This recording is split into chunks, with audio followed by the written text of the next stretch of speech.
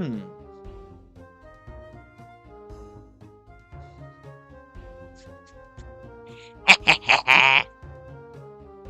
We are so back. Oh, get myself untangled here. Y'all, it's time. We are here. And not only that, we're saved. Thank the Lord. How's everybody doing today? I am very excited to start off with some fun question answering. That's going to be exciting. What's up, Earl Maid? What do you do?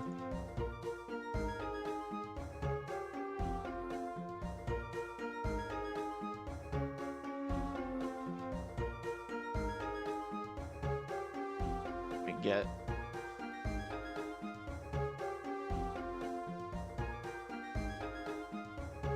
awesome. What's up, PK? Earl Maid, Blanamole? Who else we got in here? Sound off. Sound off for me. Our Ethernet's working again, y'all. We have officially gone live with good, excellent stream connection on the lowest latency possible. Love to see it. We'd love to see it. But y'all know what time it is. This is the beginning of the stream. Let's get our butt up. Here we go. Let's stand up, y'all. Oh, there we go. What? Did I reach the weight limit on this? I didn't, did I? There we go. I was about to say, I was like, oh, dang. Oh, yeah. We out here. We out here.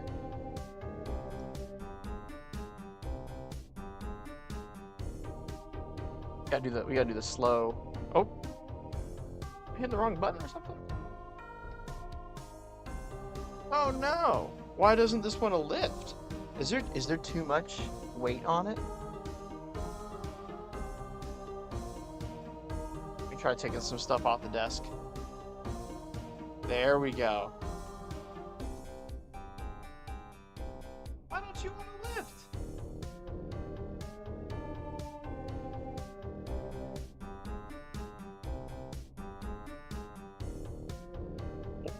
Oh. The desk was not liking me today. It was like, hey man, you're asking a lot. Going up as a standing desk? I know, crazy. Well, that made that like way less cool. Wild Death Cat appears. Insane. I know. I got me a large cherry Coke from Chick-fil-A on the way in. I got a spicy jalapeno chicken sandwich. Feeling good. Feeling real good right now.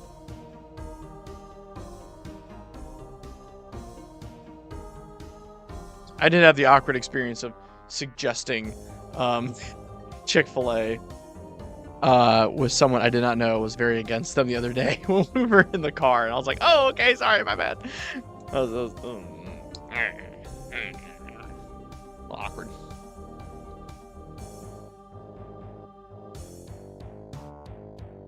Oh no! Why? Where did all these packs come from, chat? Oh no! What are we gonna do with those? I hope we don't get bored at some point and open one. That would be terrible. That would be awful. That'd be like really bad, wouldn't it? But what's up, everybody? We are going to be talking about Wizards of the Coast today to start off. We're going to be having a chat because I have a video coming up that I would like to talk to y'all about that covers what I would like to say a more nuanced opinion of what Wizards of the Coast is in the big 2026, okay?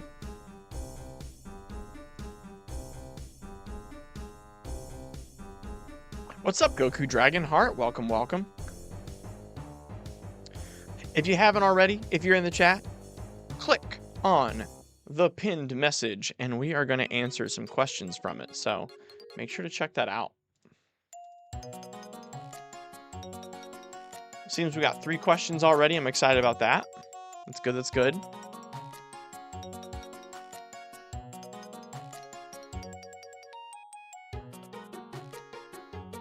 Dude, this music bangs. Hold on, let's vibe for a little bit.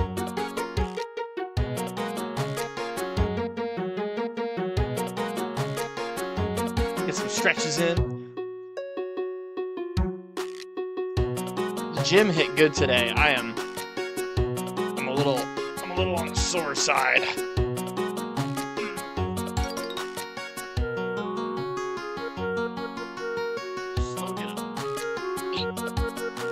Oh yeah. If you were here yesterday, I have very sad news.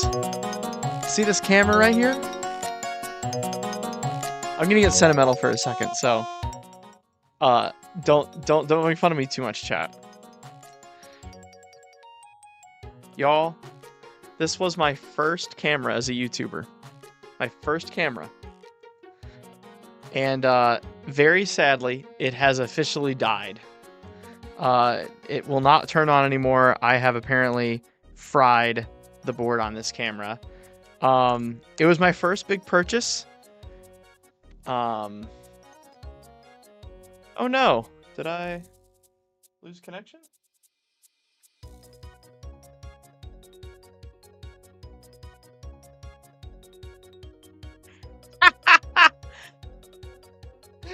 My Ethernet cord got yanked out by moving my desk up. That's so sad. I'm assuming I'm back. Sorry. Anyway. This is my first camera I ever bought for the channel. It cost me $900. It's a Sony ZV-E10 4K, and it died. This is our main camera for shooting and filming the episodes for our show that's coming out on the 20th. So it is really disappointing that it died. But the battery is in fact broken on it. The board is broken on it officially. So now I could go get it repaired. It would take 2-3 months, and it costs $460 to get it repaired. So half the cost of the camera. Technically speaking, I could pay all that money and then get it replaced and in 3 months sell it to make some of my money back. But this camera means so much to me. Like, this was literally how my career on YouTube, for Magic started, was this camera. So I don't think I can get rid of it, So this is officially an heirloom, and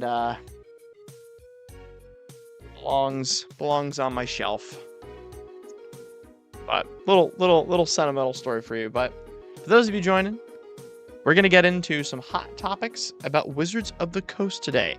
I would like to talk to you all about what is Wizards of the Coast up to today, why, and some more like ethical regular critiques. Like, we're not gonna go, how some channels are just like, WotC's garbage, and then no.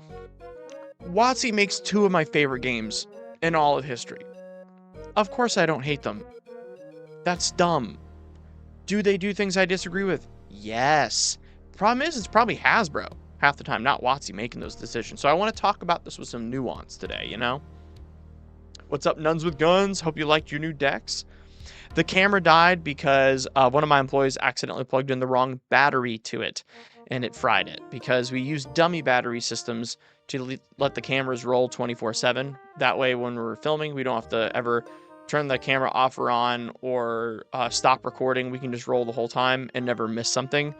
Sadly, they plugged in the wrong dummy battery. It fried the board. I'm not going to say which employee it was. I don't want them to feel bad. I'm going to do like a general announcement to my office later, like, hey, this happened. Be careful, and act like I didn't know who it was, because I don't want to make them feel bad. I'm so glad, Nuns with Guns.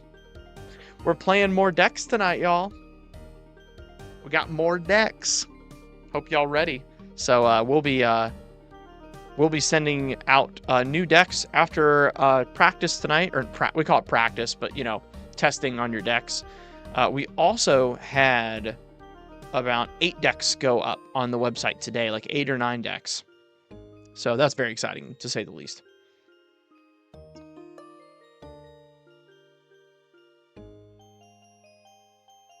So, if you guys haven't already, check out the document that I have linked. It's the pinned comment.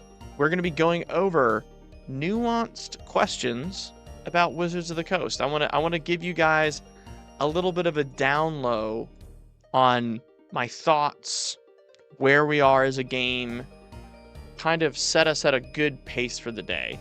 Because I want to make a video soon about my thoughts and feelings about Wizards of the Coast and the game. So if you can, ask me questions. You can ask more than one question. You can probably refresh and give me another answer if you guys want to. I want to know what you want to know about my opinions about Wizards of the Coast, because I want to make sure I'm giving you guys the right information, not just random blabbers, you know? Yeah, definitely send a second question. Go right ahead, yeah. We're on ultra low latency, correct? Yes, we are.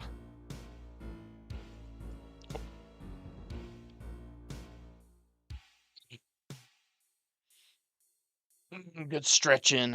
The gym this morning was getting me. Being a big bag today, I need to get more loose. Good noon, Autopirate. I'm gonna start saying that. Good noon. Oh, chat. Wait a minute. Chat. Wait, what is this? What is this over here? Oh no. Y'all. Where did these come from? What? Where did... Oh no. Oh look, that's cool. The bottom of another booster pack. See that? It's kind of cool. I guess we should open it, right? Right? We should, I guess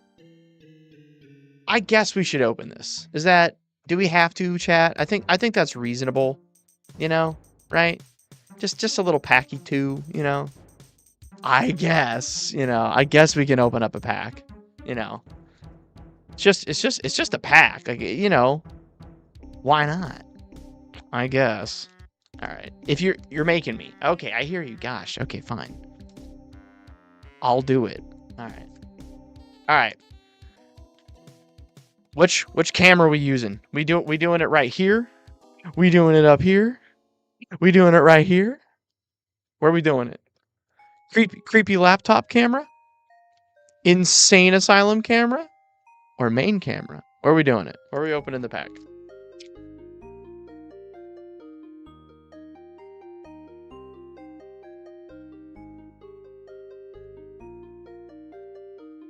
Anyone got a thought?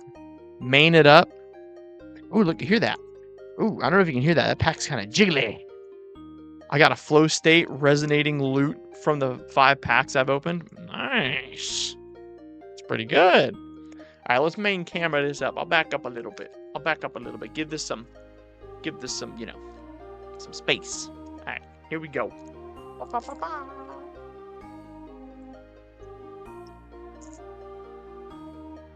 Alright, here we go. Oh, wait. Am I dumb? Oh, I'm dumb. Oh, gosh, this art is so sick. Woo! I love that art. That is gorgeous art. Oh, my gosh. Okay.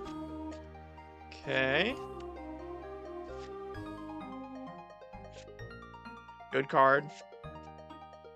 Okay card.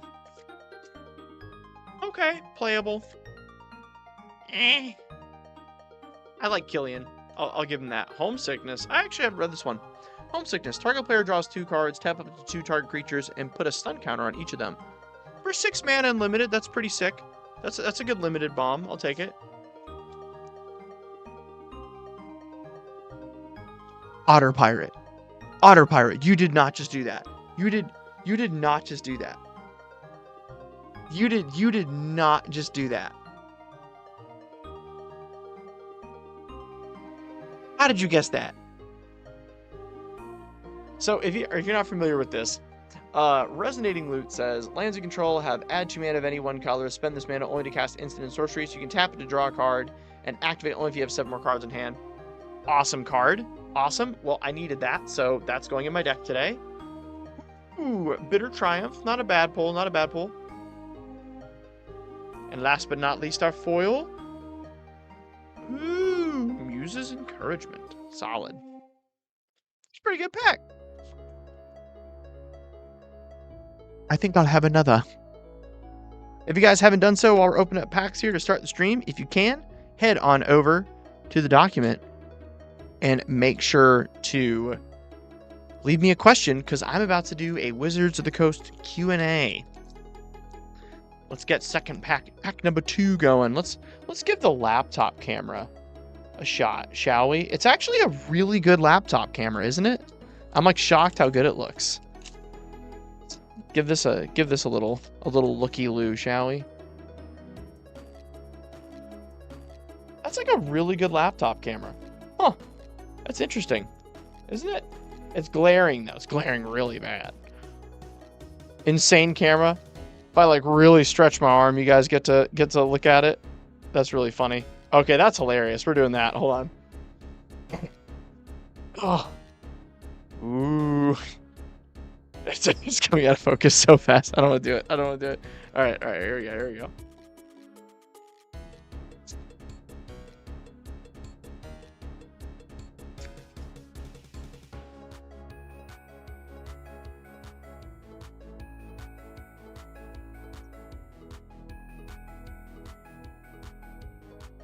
Ooh. Oh, come on. Give us something good. Ooh. Oh, okay. Not a rare yet. Here we go. Ooh, Molten Core Maestro. Fun card. It's a fun card. All right. What do we got? 1 red. Monstrous Rage. And our foil. Ooh, I like this. That's in my wife's pest deck. She just got an upgrade today. Heck yeah. Let's go. All right, y'all. Let's get to the questions. Get in your last second questions if you have any, and you can also put new ones in while we're answering if you think of something while we're going through everything. All right. Let's get into questions, y'all. Yeah, that monstrous. Is that Dominic Mayer that did that? No, that was Lorenzo Gagliotti.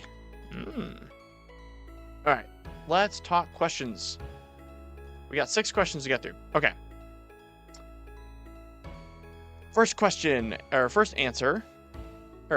question. What do you think Wizards of the Coast would need to do in the coming years to both keep diehard fans happy and not overwhelm with product fatigue, while also keeping their shareholders happy with how many sets they pump out and sell?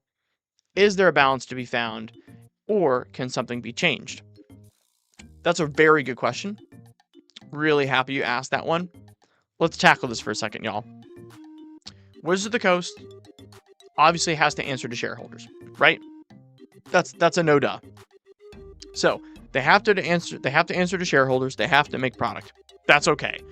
Universes Beyond is the answer to that problem. They have figured that out. Cool. There's going to be Universes Beyond sets. Now, we also have diehard fans that if they went to only Universes Beyond, if they only did the one thing that's making shareholders happy, they'd lose this crowd. So they got to keep both. So we have a necessary of Universes Beyond, and we have a necessary of in-universe sets. Now, let's start from the most reasonable thing you could possibly say. 50-50. Is 50-50 reasonable? If they, let's say, went down to 6 sets a year, which would be every 2 months, which is already extremely fast for this game, but we're already at 7. So if we did 3 Universes Beyond a year and 3 Universes Within sets, I believe, personally, what they can do is they can go back down to 6 sets a year. They can make it half Universes Beyond, half in-universe, realistically, and not lose their current pacing.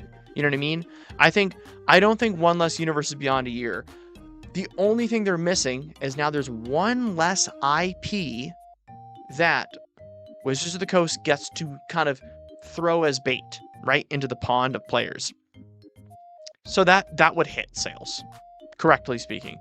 I believe there are certain Universes Beyond sets like Spider-Man, like Ninja Turtles, that did not sell well in terms of long-term sales to players, meaning these got like stores took them in, you know what I mean? Like stores are overstocked with Spider-Man and can't sell it.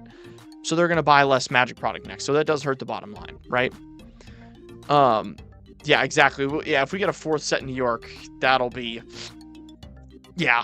So we've got, let's say 3 Universes Beyond sets a year, and then right in between, we've got 3 in-universe sets. So that way players like me only have to interact with 3 sets a year. That's lower than I used to interact with. I don't want that. So probably every year, there's going to be maybe 1 Universes Beyond set that's my cup of tea, realistically, such as Final Fantasy, Lord of the Rings, Dungeons and Dragons. Those are my 3 favorite Universes Beyond sets. And I'm not even a Lord of the Rings fan. I just thought the actual cards were good. Like, the set was good. Nothing to do with the IP, honestly. That could have been in-universe, and I would have said that. So, now that we have 3 a year of each, how does Wizards of the Coast not lose out on more profit? I think the Fallout model, where it's not a set, it was just commander decks and collector boxes. They need to double down on that. And I think we could go down to 4 in-universe sets a year like we used to. 2 Universes Beyond sets. But when the in-universe sets come out, a commander deck, a Universes Beyond commander deck set comes out, just like Fallout. So it'd be a double release. It would be the commander deck, and it would be Universes Beyond on top of the in-universe. I think that's possible, but I can totally understand the idea of having 2 sets released at the same time, like if all the Fallout precons launch the same day as an in-universe set, that does detract a lot. So, what they could possibly do, 4 in-universe sets, 2 Universes Beyond sets, and then the month in between an in-universe set, they splice in a Universes Beyond Commander product. Because I think more people get into Magic and then become enfranchised by receiving a Universes Beyond precon than they do a Universes Beyond box. I think the people buying Universes Beyond boxes primarily are already Magic players that then went, hey, I also like that IP. But I think a majority of the commander decks that are Universes Beyond being bought are new players that have never played before and like the IP. Hence Final Fantasy did so good. So I think maximizing more Universes Beyond commander only sets and what I just said makes us have 50% less Universes Beyond cards in Eternal formats. Most people who like Universes Beyond only play Commander. So just keep Universes Beyond in Commander. Don't make the mainline sets. Make like 1 or 2, and make sure those 2 you make are Dungeons and Dragons, Forgotten Realms, the Lord of the Rings, the Final Fantasies, Universes Beyond sets that put beside a real Magic card, and yes, I still call them real Magic cards, but behind a real in-universe Magic card, don't make you go yuck. Bagel and Schmear and Pigeon and Pizza Time should never have been in tournament legal sets for Standard, Modern, these, you know what I mean? Yeah, exactly. And UB works. We just need to make UB not interrupt the regular game.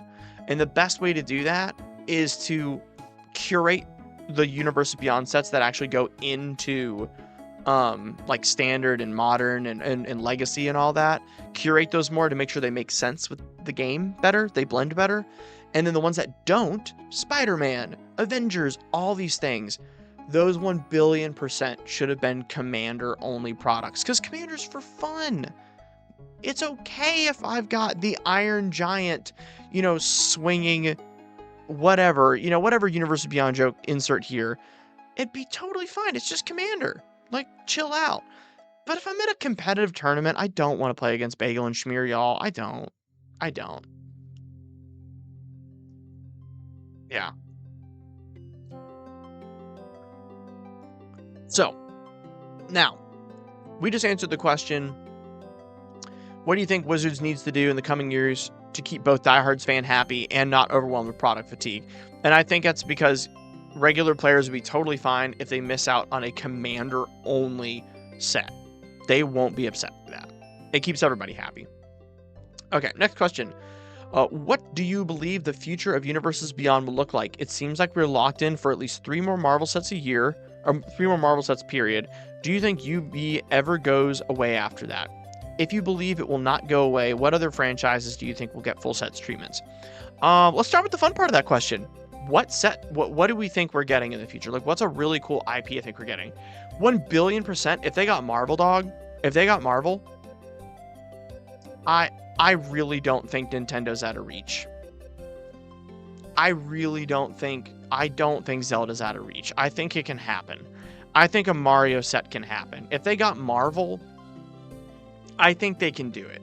I really do think that eventually Wizards of the Coast will pay enough money that they'll do it. Genuinely. Outside of that, I think we have a strong chance of a Kingdom Hearts set. I think because we did Final Fantasy, Kingdom Hearts has a very real chance to get one. I think we're gonna get another Dungeons and Dragons set for sure. I think we'll definitely get one eventually. Last but not least, I think we will probably get...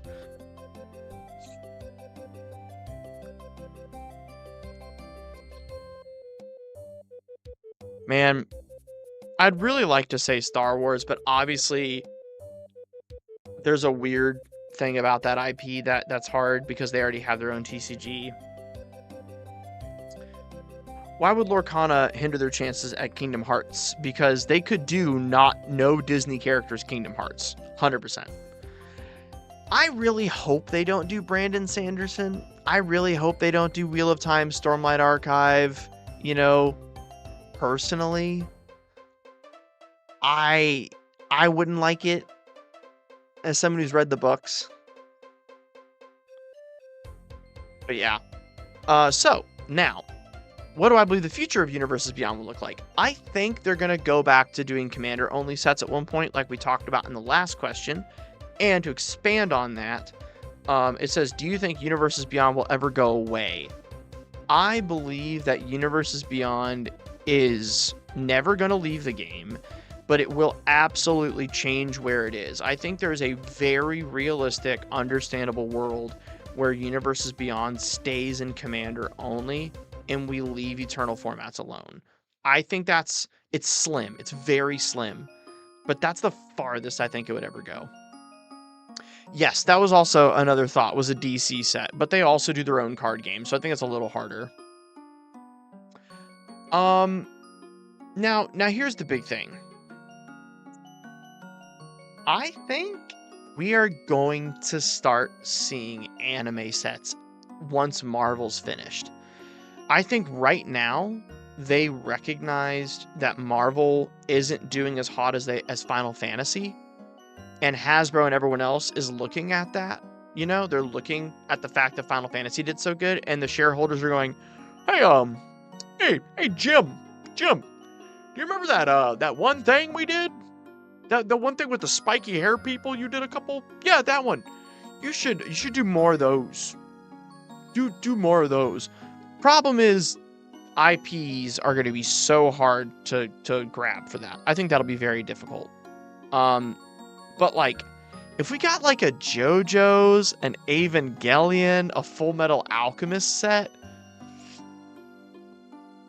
I don't even want to know the numbers on that. Like, if like Final Fantasy was already big, but there's way more people now than there were in Final Fantasy.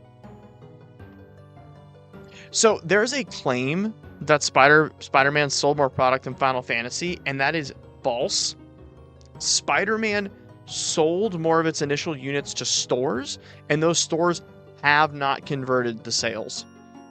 So the stores are all stuck with the product. So you can't count them as sales. They distributed more they distributed more physical like things to stores for it, but it did not outsell Final Fantasy. They just distributed more product because they made more of it. Like, that'd be like saying, like, hey guys, guess what? This phone, right?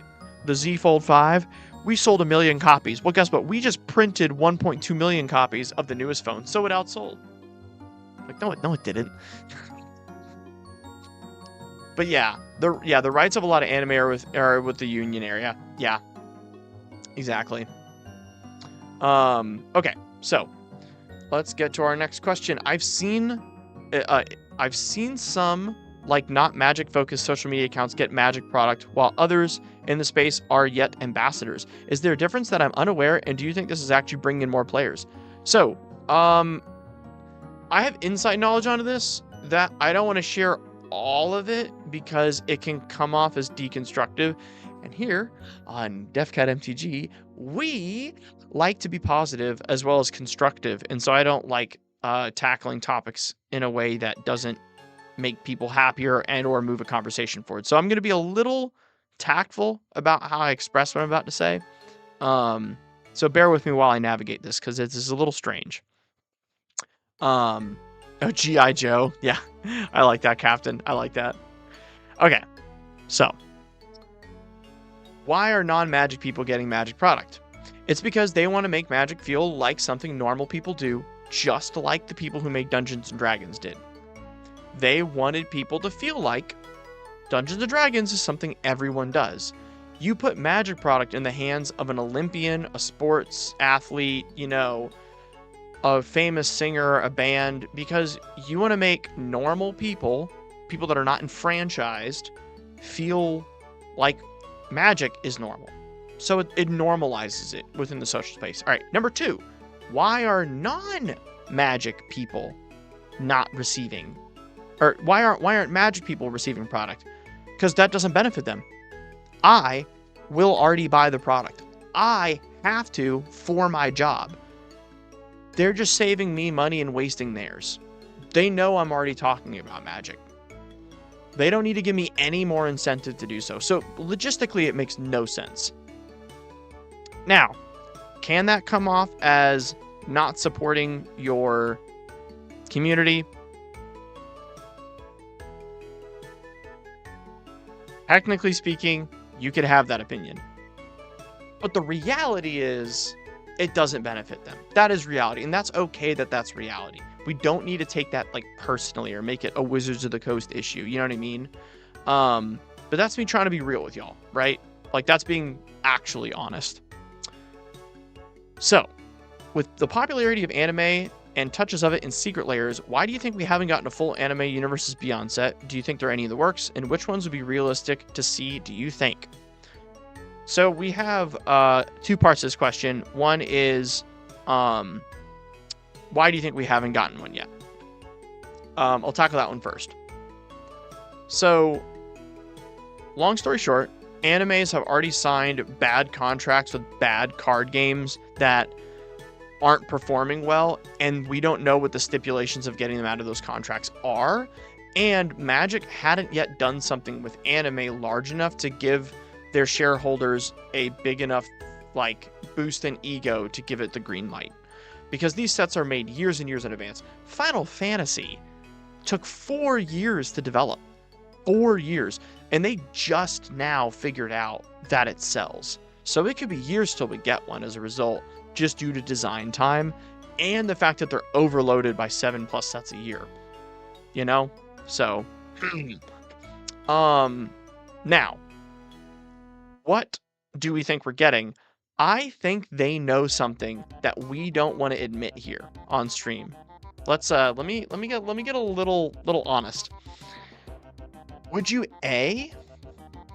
buy a anime card that is completely unique and new and uses mechanics from a show you may or may not have watched?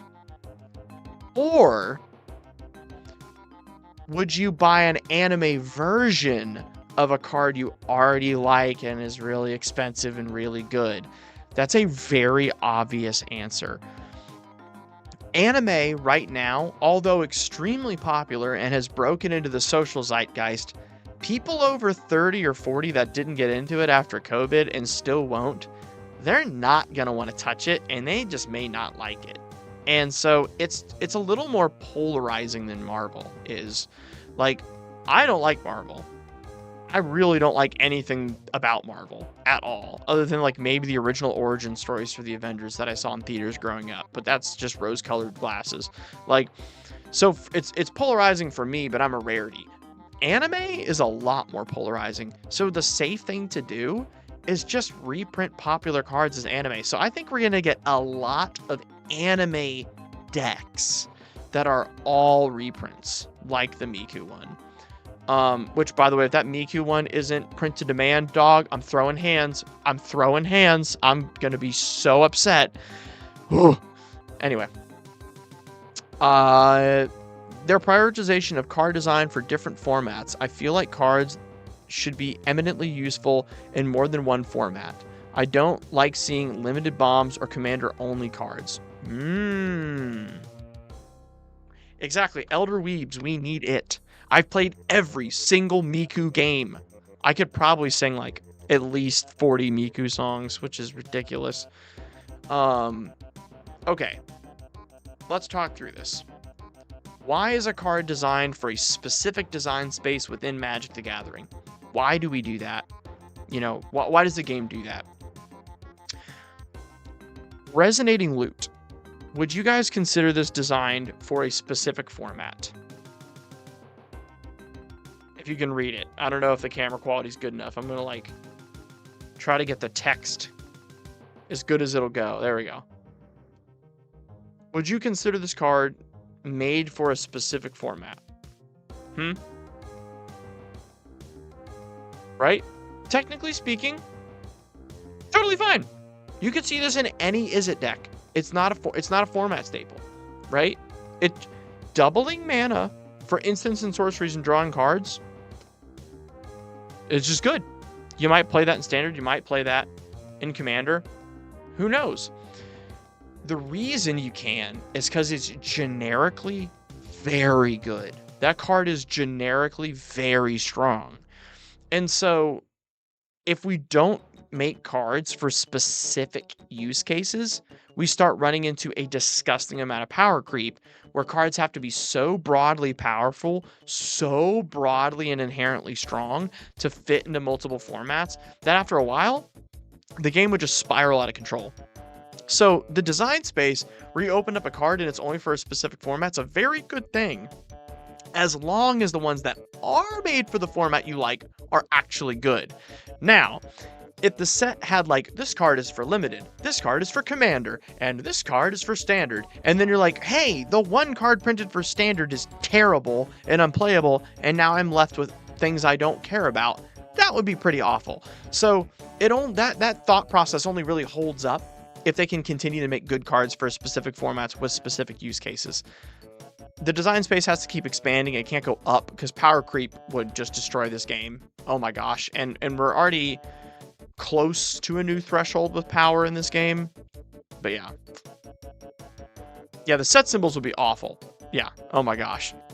Yeah. But the reason that they specifically design cards, you know, for specific sets, or sorry, for specific formats is for that reason. So we don't run into power creep.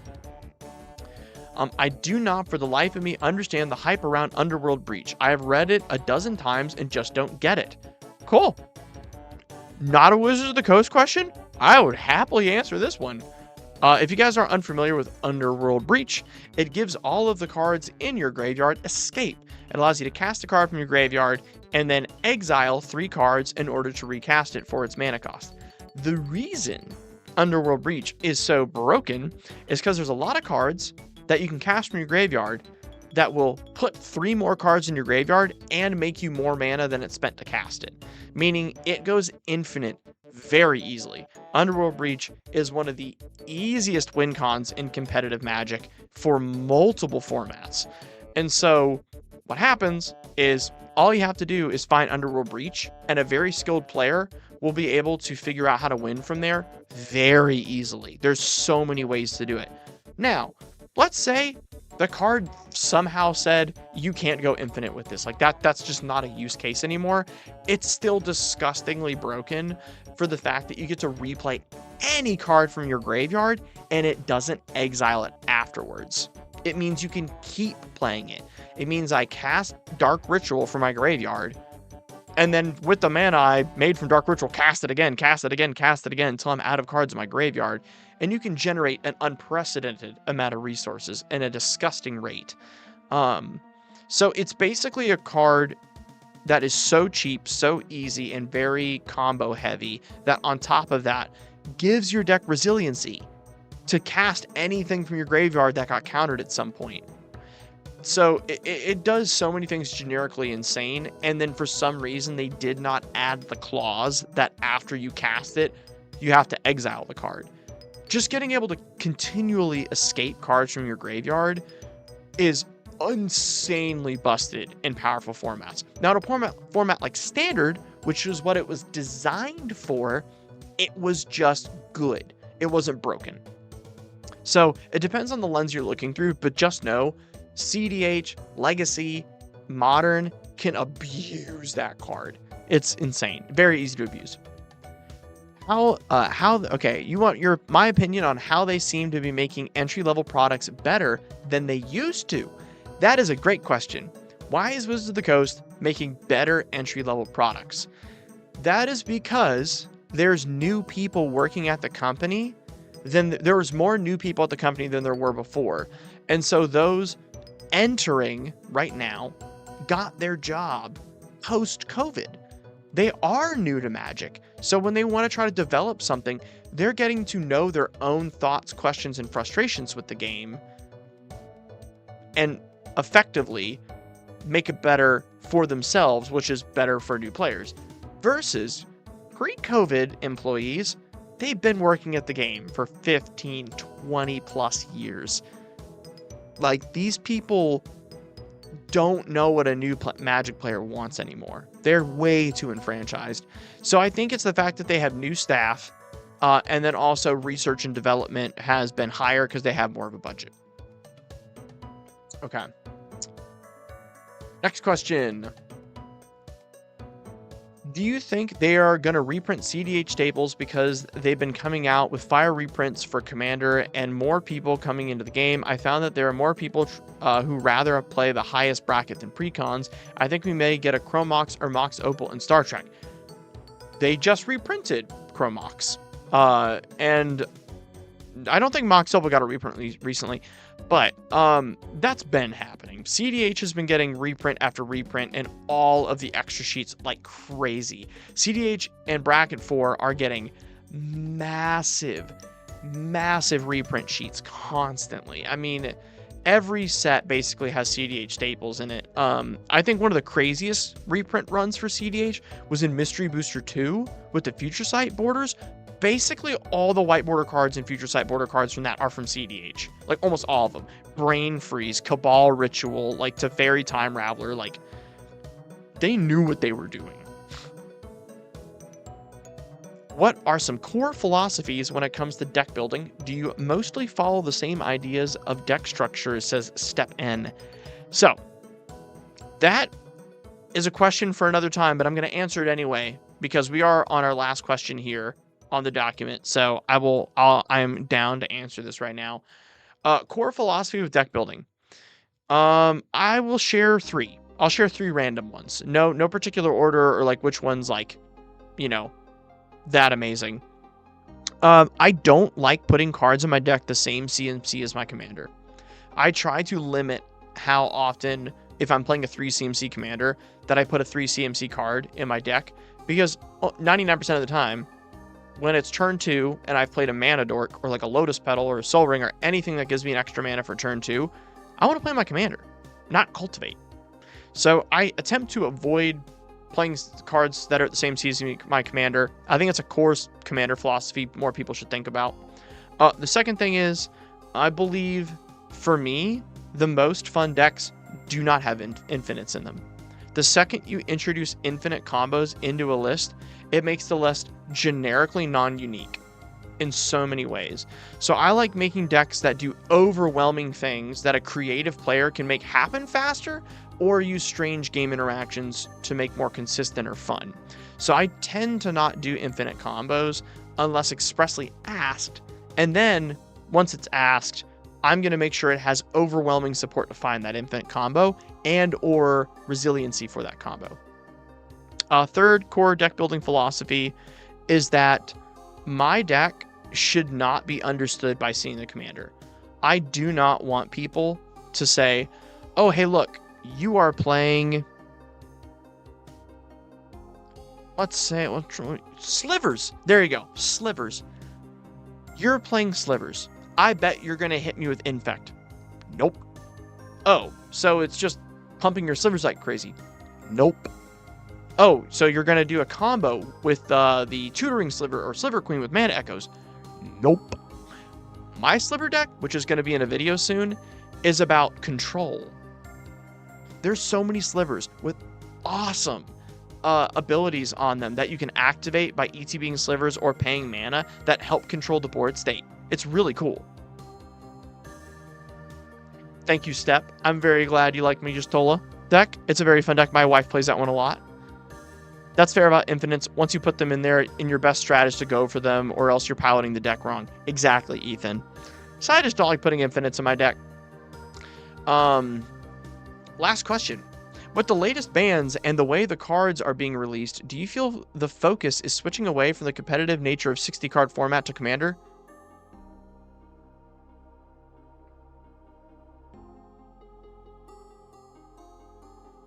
With the latest bans and the way cards are being released, do you feel the focus is switching away from competitive? Brother, what year are you living in? They haven't cared about 60 card in a hot minute. It's been a bit. They don't care about us 60 card players like much at all today. Because you got to remember, those sets were made 4 years ago, right?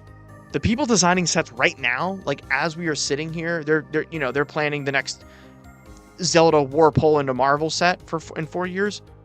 They couldn't care less. They know for a fact money is driven by Commander now. They don't care. They barely care about 60 card. 1 billion%. Your second part of your question. Separately, do you believe the speed of releases leaves problems that aren't being addressed? Yes. R&D sucks. They are definitely missing cards more often. That is 1 billion%. They literally just let Pioneer die. They abandoned Pioneer, exactly. They 100% shot Pioneer behind the barn, right in the back of the head. And gathering a thought that's really important that I want to make sure I give you guys like a more honest sentiment about. I don't want to overstate this because it is a big opinion.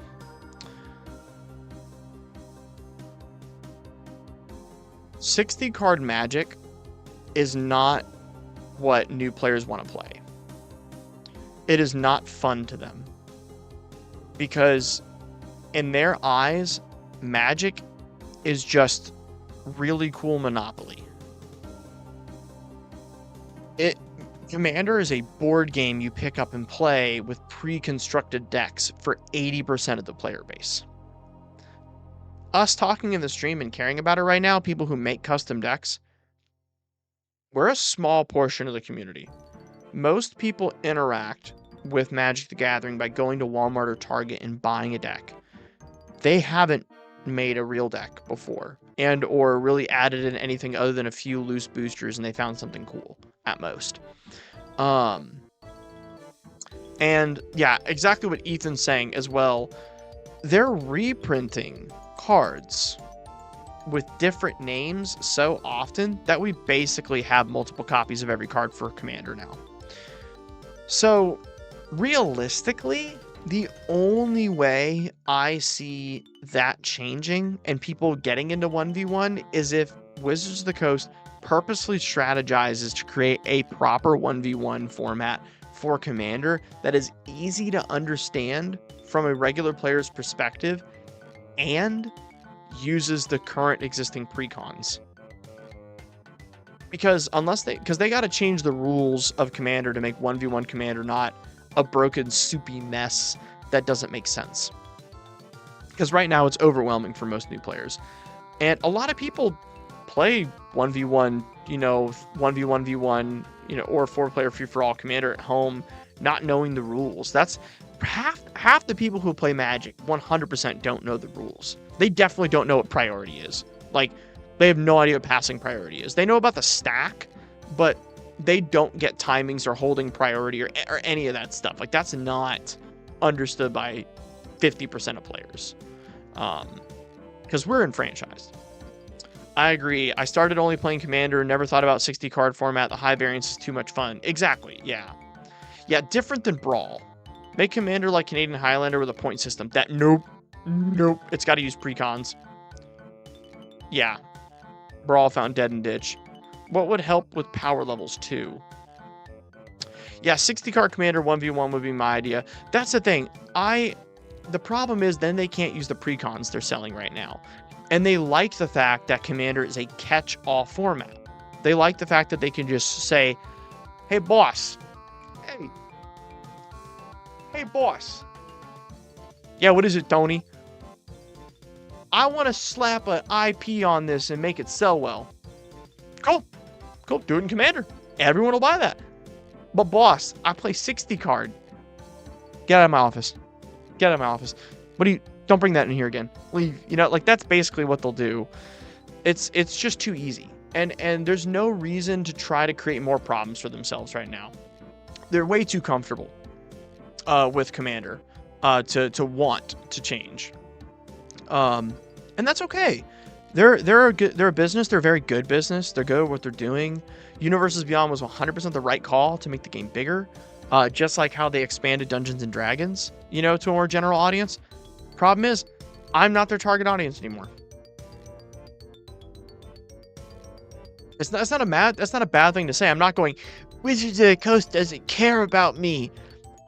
That's a harsh way of saying they're not. I'm just not their target audience anymore. I'm not who they're making products for anymore. That's okay. I can still choose to play the game the way I like to.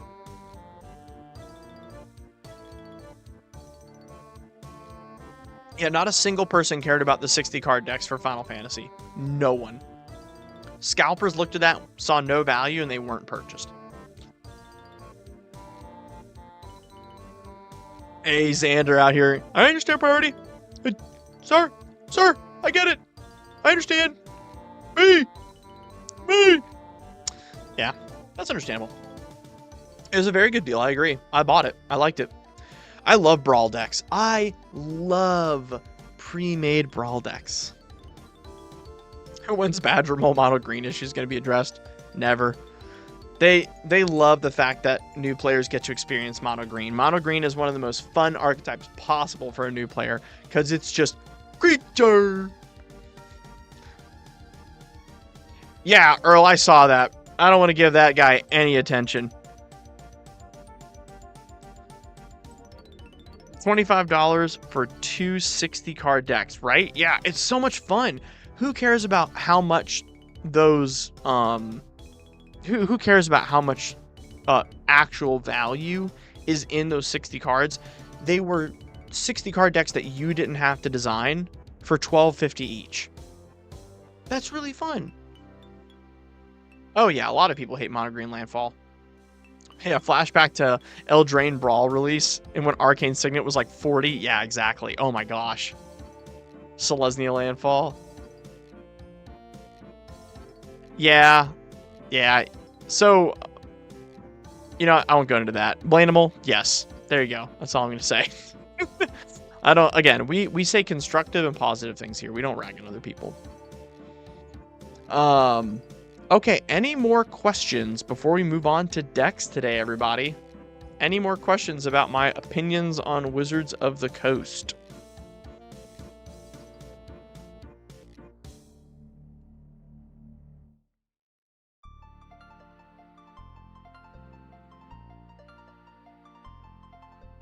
my friend bought it and played in our local casual tournament and won. Nice. That's awesome. I actually bought those 60 card decks just to 1v1 my buddy. Exactly. I love doing that, dude. I love brawl decks. They're really fun.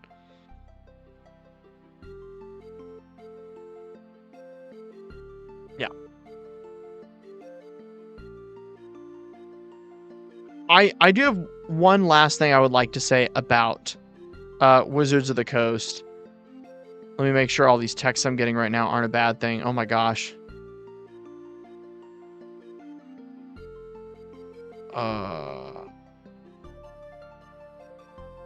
Oh, yay. My wife figured out her coding problem. She's at work right now. Let's go. So happy for her. Okay. We have one very big important thing I want to talk about with Wizards of the Coast for a second. This is so big that I would like to make a video on this later and expand on this. So, let's talk about Bracket 3. Let's talk about Bracket 3 Commander. Yes, custom decks that were ordered this month will be finished by the 3rd week of next month at the latest, so you'll get yours earlier if because what we do is I do 2 weeks of actually designing it, and then I do 2 weeks of testing it, and we play it in my personal play group. And if you for some reason have a delay on it, just message me. I am available all the time on the Discord. Thank you, Sam Frisbee, and thank you for being a new patron. Welcome, by the way. Glad you're here. So, let's talk about Bracket 3. This is a big conversation. Okay. If I can get you guys to respond to me here in the chat for this. If you play infinite combos in your Bracket 3 decks, press 1. If you don't normally play infinite combos in your Bracket 3 lists, press number 2. So 1 equals infinites, 2 equals no infinites.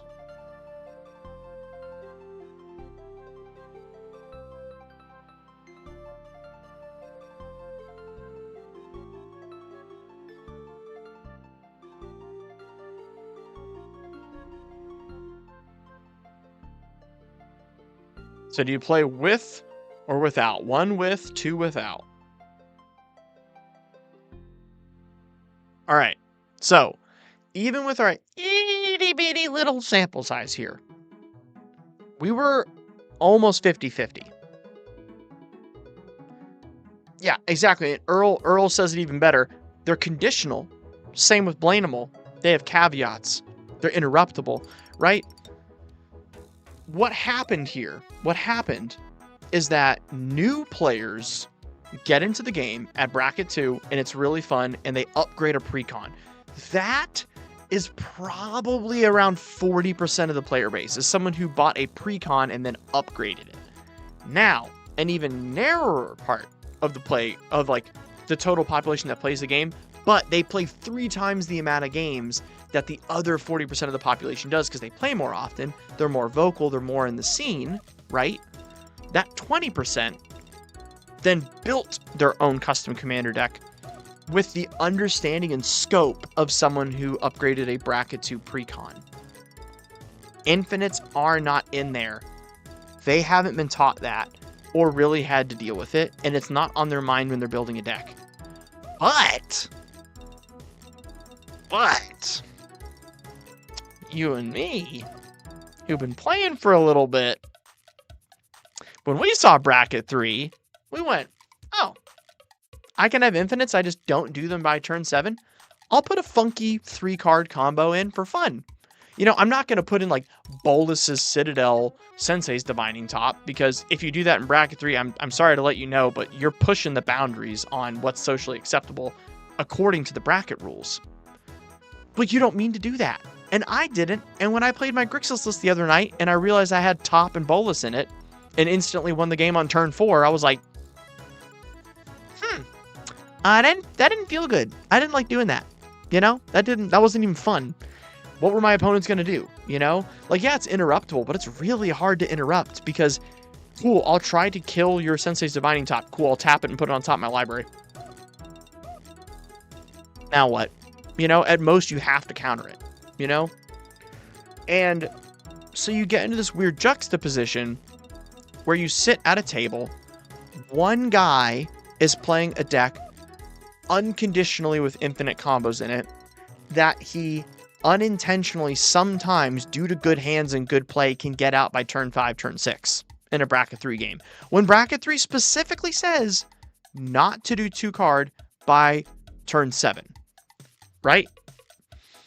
But if you're a really good player, it's not your fault you can piece something together quickly. Or if you're a very efficient deck builder, like moi, it's really easy for me to hit a combo turn 4 or turn 5 in a bracket 3 deck. Really, really, really easy. Especially a blue-red deck. Especially a Grixis deck. You know, anything with access to red and black, it's really easy to combo with. Okay. Now, with that being said, I believe what Wizards of the Coast needs to do with the bracket system is make bracket 3 separate, like, right? But we're not going to add a bracket. We're going to consign here. Bracket 1 should be not low powered.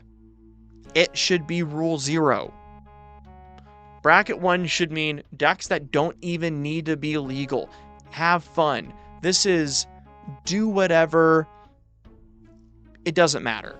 Bracket 2 is regular precons and upgraded precons. It means non-enfranchised, non-optimized. Hey, I made this for some silly fun, no game changers, right? The regular player.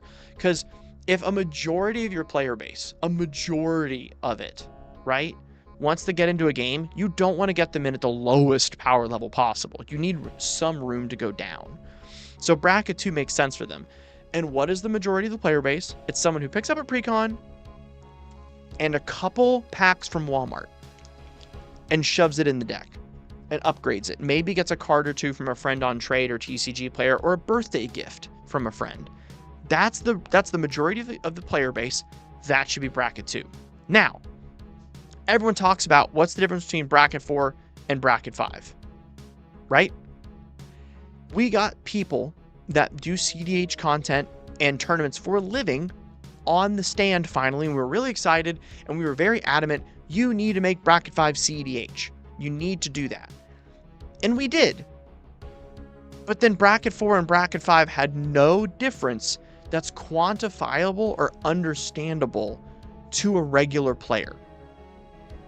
No one understands that at all. It's going to be something you have to tell someone about socially. So we need to get rid of 4 and 5 and just make it bracket 5. It just means no holds barred magic. That's bracket 5. And then after that, the community can take care of calling it CDH and helping people with that nuance. Because technically speaking, the nuance between CDH and bracket 4, I think they should ban the, like in a perfect world where everyone could have perfect information, the difference between bracket 4 and bracket 5 is not using meta win cons. That's all it means. It means not using meta counter spells and meta win cons. That is 99% of the difference between 4 and 5. It means no Thoracle combo, no Breach combo, no LED combo, and no mind break traps and mental missteps, and the things that are very specific to the meta of CDH. It's like a very small list of cards. So technically speaking, if they just wanted to make a secondary ban list like they did with the bracket system for that and say like, oh, only these are CDH, that'd be great. Problem is, 1,000,000,000% that'd be a terrible idea. That is way too convoluted. We already have to keep up with a game changers list. We don't need another list. So just make bracket 5 no holds barred magic, and then the rule 0 conversation can take care of the is this CDH or not conversation. That's fine. Now, I believe the true proper bracket 3 and bracket 4 is bracket 3 is no infinites and bracket 4 is infinites. I think that would make the game better. It's just that bracket 5 has access to fast mana.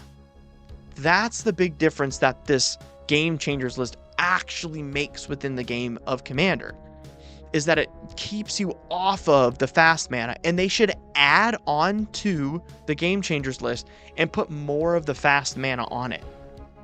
Mox Amber, Dark Ritual, Mox Opal, those should all be Game Changers. If I cast Dark Ritual in bracket 3, I can get Bolas's Citadel out on turn 3 or 4. That is absurd in a casual game of bracket 3.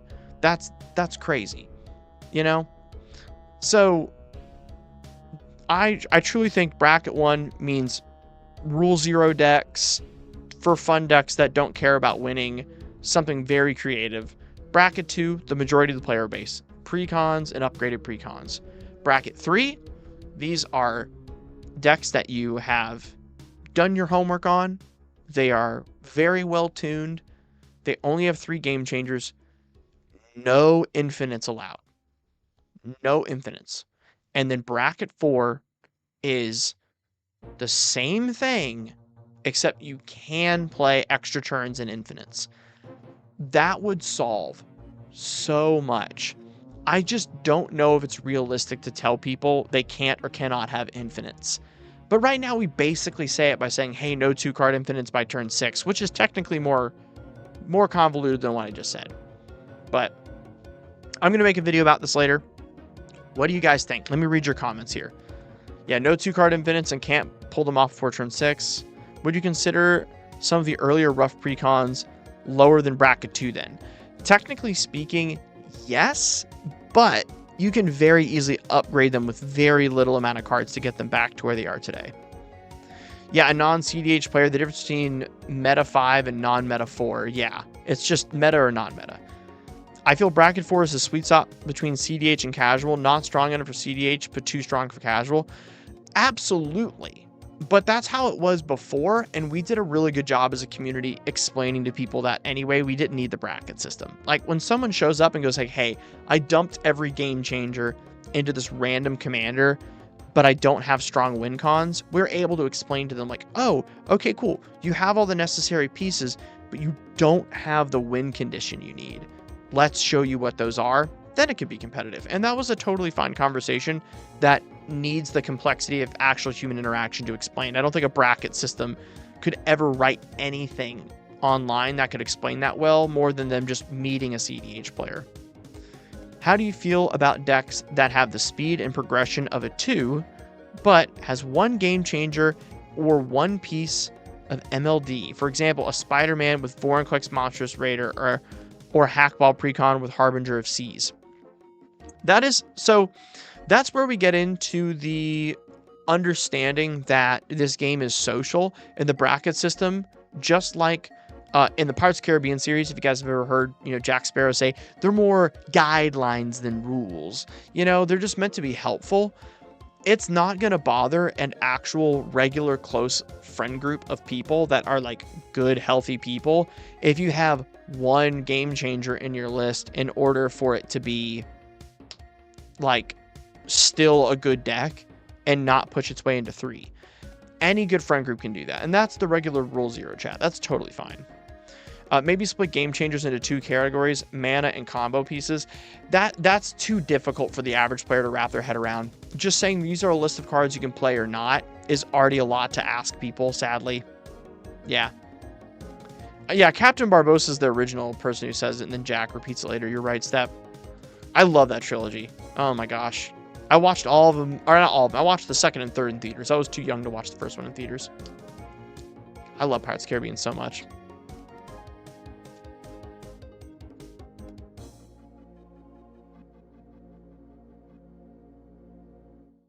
But the reality is, what really separates bracket 3 from 4 is mana. What separates bracket 4 from 5 is meta understanding and compact win cons. Problem is, we can only draw one line in the sand here. There's only one line, and that line is the Game Changers list. That line has to be in between competitive and high power. And I think right now we're lacking mid power. And so bracket 3, no infinites is perfect. That is the perfect solution to this issue. So I'll make a whole video on it later. I'll probably reach out to some of the commander panel people I know and see if they'd be interested in chatting and giving a comment on the video. We'll see, but I think that would be really good. But yeah, that is all I had to chat about today that I wanted to chat y'all up on. It's time for some decks, y'all. Are y'all ready for some decks? I have been itching to get to some of these today. I think it's time. I think it's time, y'all.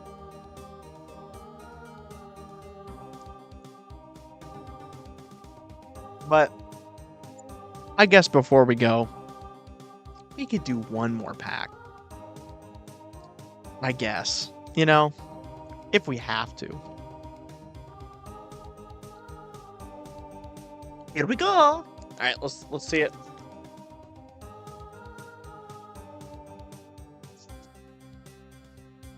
Let's get something good today. Come on. We haven't seen anything too crazy yet.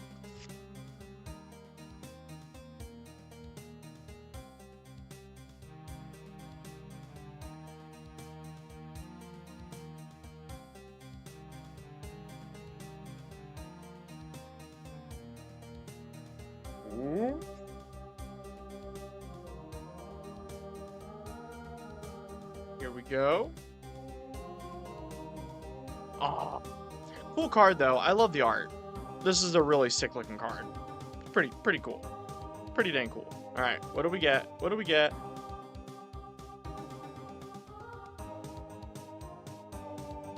Disdainful Stroke. Ooh, pretty. Okay. And our foil, a Snarl Song. That's funny. There we go. It's time, y'all. Let's get into these awesome decks we've got. Our first one is a Disgusting Group Hug list. Very excited to show you guys. We're gonna stretch break real quick before we go into it. I'm gonna check on my texts because I keep getting a bunch.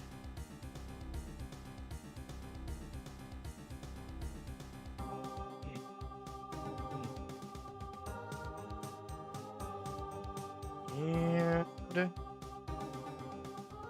good. All right, no one's dying. Love to see it. Let's get into these decks. All right, y'all. Our first deck of the day is not on my screen yet.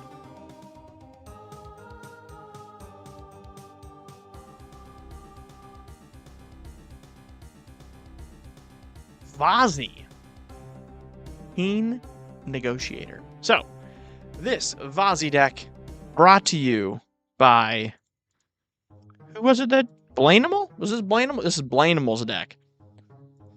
We were requested to make, and I quote, a group hug list for bracket 4, an evil group hug list. So, let's read Vazi for a second. Tap, target opponent creates X treasure tokens, where X is the number of treasure tokens you created this turn. She has haste and can immediately do that. Whenever an opponent casts a spell or activates an ability, if mana from a treasure was spent to cast it or activate it, put a plus one counter on target creature, then draw a card. Yeah. This thing is... You'll see when we playtest this, this thing is so much cooler than it comes off at first. So we're going to be gifting mana to people so they do shenanigans, but that draws us cards and builds up our creatures, and boy is it fun. So first off, we're going to be making a lot more than just treasures. Academy Manufacturer is going to be making sure of that, but we're going to be making treasures with Cavern Hoarder Dragon, Dragon Mount of Gulag, also known as Ancient Copper Dragon. We also have Hellkite Tyrant to steal artifacts, so we can steal back those treasures if we really want to. And Knuckles, Magda, a couple other things, Ruthless Technomancer. So pretty easy job, you know. So, yeah, you re-downloaded Chrome just for DefCat streams. Oh, that's the best. Thank you. That's hilarious. So, we're going to build up our creatures while also making us an insane amount of treasures. So, Bailiff is going to be something that we're going to be putting counters on. I know, shocker, me bringing out one of my best decks as a secret commander. Bailiff is going to goad any creature lower than its power. So we're going to be putting those +1/+1 counters on people like Bailiff. We're also going to be putting it on our big dragon boys like Goldspan, Copper Dragon, Old Gnawbone. We're going to be placing all of our counters there. And then, once we make a ton of treasures, we have secondary win cons of Crackle with Power, Exsanguinate, and Torment of Hailfire. This allows us to dump all these crazy amount of treasures. We're going into a secondary win con where we're going to be dumping ammo after ammo after ammo of treasures straight into the X and smacking our players or our opponents. No problem. It's very good. Other than that, I introduced some generic card draw that's a little easy to cast. We got Costly Plunder. We got Demand Answers, we've got Unexpected Windfall, and then we have a good suite of mana, and then because it's a group hug list, we have Howling Salt Mine, so people want to cast more of those spells with more of the treasures that we're giving them, as well as Rites of Flourishing. I saw earlier Maldhound, which, if you guys don't know, me and Maldhound, I used to produce for Maldhound for 3 years. I used to help him do all those videos, editing, all that. I noticed in one of his recent videos, he talked about the fact that Rites of Flourishing is frustrating in Casual Commander due to the fact that people normally don't know what to do with that many cards, but specifically that much mana. Like, giving people extra card draw is fine, but giving people, like, a ton of extra mana, that can freeze them up. This is bracket 4, so I don't think we're going to have that issue, so I still opted to put it in. And then we have Reign of Riches, which when it enters, create 2 treasure tokens, and then the first play you cast each turn has Cascade, which I really like that. It's fun because it says each turn, not just on your turn, meaning whatever we cast on opponents' turns also has Cascade, which is super duper fun. And so as a result, I like having 2 CMC Mana Rocks in a list that has the potential to Cascade. And then last but not least, one of my favorite cards in the list is actually Scheming Symmetry. You and a target player each search the top, or sorry, not you and a target player, 2 target players technically. Each of them searches their library for a card and then puts one on top of their library. We have ways to make other people mill so they don't get that card, or because we're gifting people mana, sometimes one of your friends has a Heuristic Study out. There's someone else trying to win the game. They need a card. You can use Scheming Symmetry to give it to them. And then you also can gift them mana to do so. So it's this cool thing where you can say like, hey buddy, do you need help saving the game? Do you want to join the effort? And then you're like, here you go. Here's mana. Here's cards. You know, fly high, soldier. You've got this. And so that's like a really good way to extend the game in your favor as a group hug list. It's really sick. I'm going to unpin this comment real quick as well. Now that we're done with it. Can I unpin it? Is it going to let me? There we go. Awesome. So, can I unpin? Unpin. There we go. Not just remove. Okay, solid. So let's show you how this list actually operates. You know, let's go into that now. So let's make this a little bit bigger so that way you guys can see it. Do I have the correct Mox field on my... Oh, there we go. I see now. Okay, let's get into this. All right, so... Wow, that's a cracked opening hand. What the heck?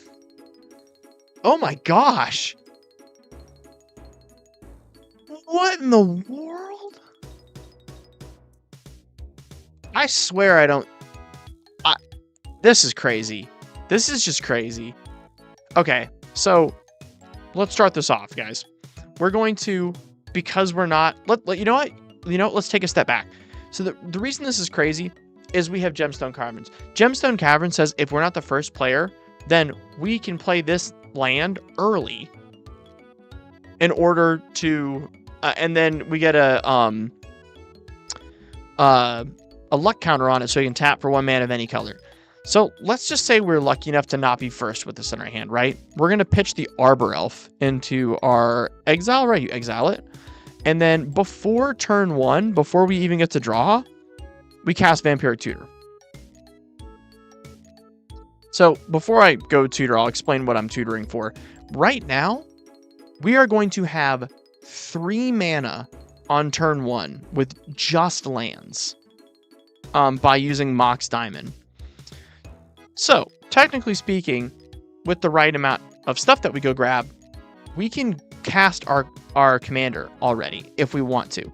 We're not going to get that greedy because they don't draw us as many cards as we'd like, because right now, as you probably can tell, in order to draw us cards, it says target opponent creates X treasures where X is the number of treasure tokens you created this turn. We still need to make treasures, right? Like that still needs to start happening. So we're going to get something that makes us treasures consistently. I'm going to opt for...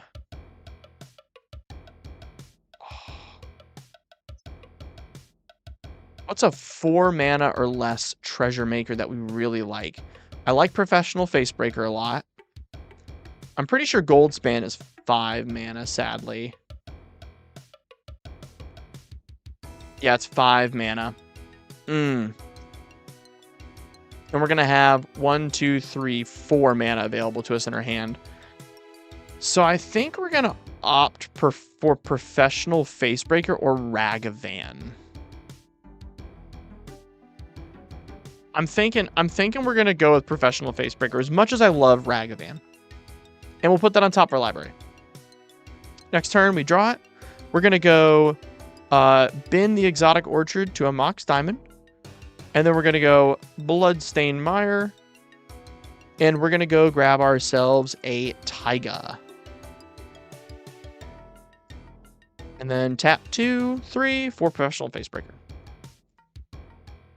Next turn, we're going to pay 2 for a Gruul Signet, attack in, and make our treasure token. So that was technically turn 2, not 3. So the turn counter on the top strong is turn 2. Let me keep these bad boys down here so you guys can see them. So this is our turn 2. That's pretty crazy already, right, y'all? Maybe I can make this a little easier for y'all to see. Hold on. Oh, I know what to do. I'm silly. Ready? You ready, y'all? We're about to see Technologia. Hey, Technologia. We're gonna move us over here for gameplay, and then move all this down here. I know, shocking. We have the technology. All right, hopefully that looks a lot better to you guys. So this is turn 2. I just stimmed with you while driving. Technologia. Okay, so here we go. Now, we're going to attack in, make a treasure token. So now we've made 1 treasure this token. Or this... We've made 1 treasure this token. I'm a genius. We're going to spend everything to cast our commander. Vazikeen Navigator. We're then going to tap it, because it has haste. And we're going to give one of our friends a treasure. They will obviously cast a spell with it, because it's a treasure. Why wouldn't they? And we are going to put a +1/+1 counter on our Professional Facebreaker so they can keep swinging in. And we're going to draw a card. Oops, I drew 2. Next turn. Ooh. Okay. That's disgusting. We are going to say that our opponents have someone's going to have 2 artifacts at the least, maybe 3. Let's say 3. Cavern Hoarder Dragon says it's X less the cast, where X is the greatest number of artifacts you control. We're gonna pay 3 in Seething Song for 5 mana, and then get up to 6 using Gruul Signet and cast Cavern Hoarder Dragon. We're gonna swing in. We're gonna make 3 treasure tokens off of Professional Facebreaker, and then it says when Cavern Hoarder Dragon deals combat damage to a player, you create a treasure token for each artifact that player controls. That person probably currently owns 3 artifacts. If we tapped Vazi instead, and then gave them 2 treasures instead of making 3 for ourselves, now they have 5 artifacts, and we've given them treasures, and then we make 5 treasures from Cavern Hoarder Dragon, putting us up to 7. We'll use one of the treasure tokens to cast a Delighted Halfling. And then, if we want to now, we can start exiling cards off the top of our library with Professional Facebreaker. We're going to do that once to see if we hit a land. We hit a Mana Vault. We will cast the Mana Vault. That is delicious. Awesome. Next turn. Oh no, I did it again. Chat, I did it again. Oh, I made a deck that's really good. Oh no. Let's read the comments before I tell you guys what I just did. You just stand with me while driving. Love that, Ethan. And then, howdy. Hope everyone's having a blessed day. Go wild. God bless you. Good to see you. Glad you're here. Okay. We are on 2 lands on turn 6, yet we could not be in a happier position. Let's take into account all the mana we have for just a moment. Let's just look at this. Okay. Currently, in our possession, we have 1, 2, 3, 4, 5, 6, 7, 8, 9, 10, 11 mana, 12 mana with Delighted Halfling currently. That means we could Crackle with Power at X equals 3, right? And that would mean everyone would take 15 damage total. We're going to do something a little more disgusting than that. We're going to tap 5 of our mana and cast Goldspan Dragon. Now, we're going to swing in and make 3 treasure tokens with our Professional Facebreaker, 1, 2, 3, without tapping our commander. Now, we have now and then we make another one from Goldspan Dragon, so we make 4 treasure tokens. Now, we're going to tap Vazi, and we're going to give one of our opponents 4 treasure tokens, the one that we swung at with Cavern Hoarder Dragon, meaning there are 3 artifacts, plus the 4 we just give them, we'll make 7.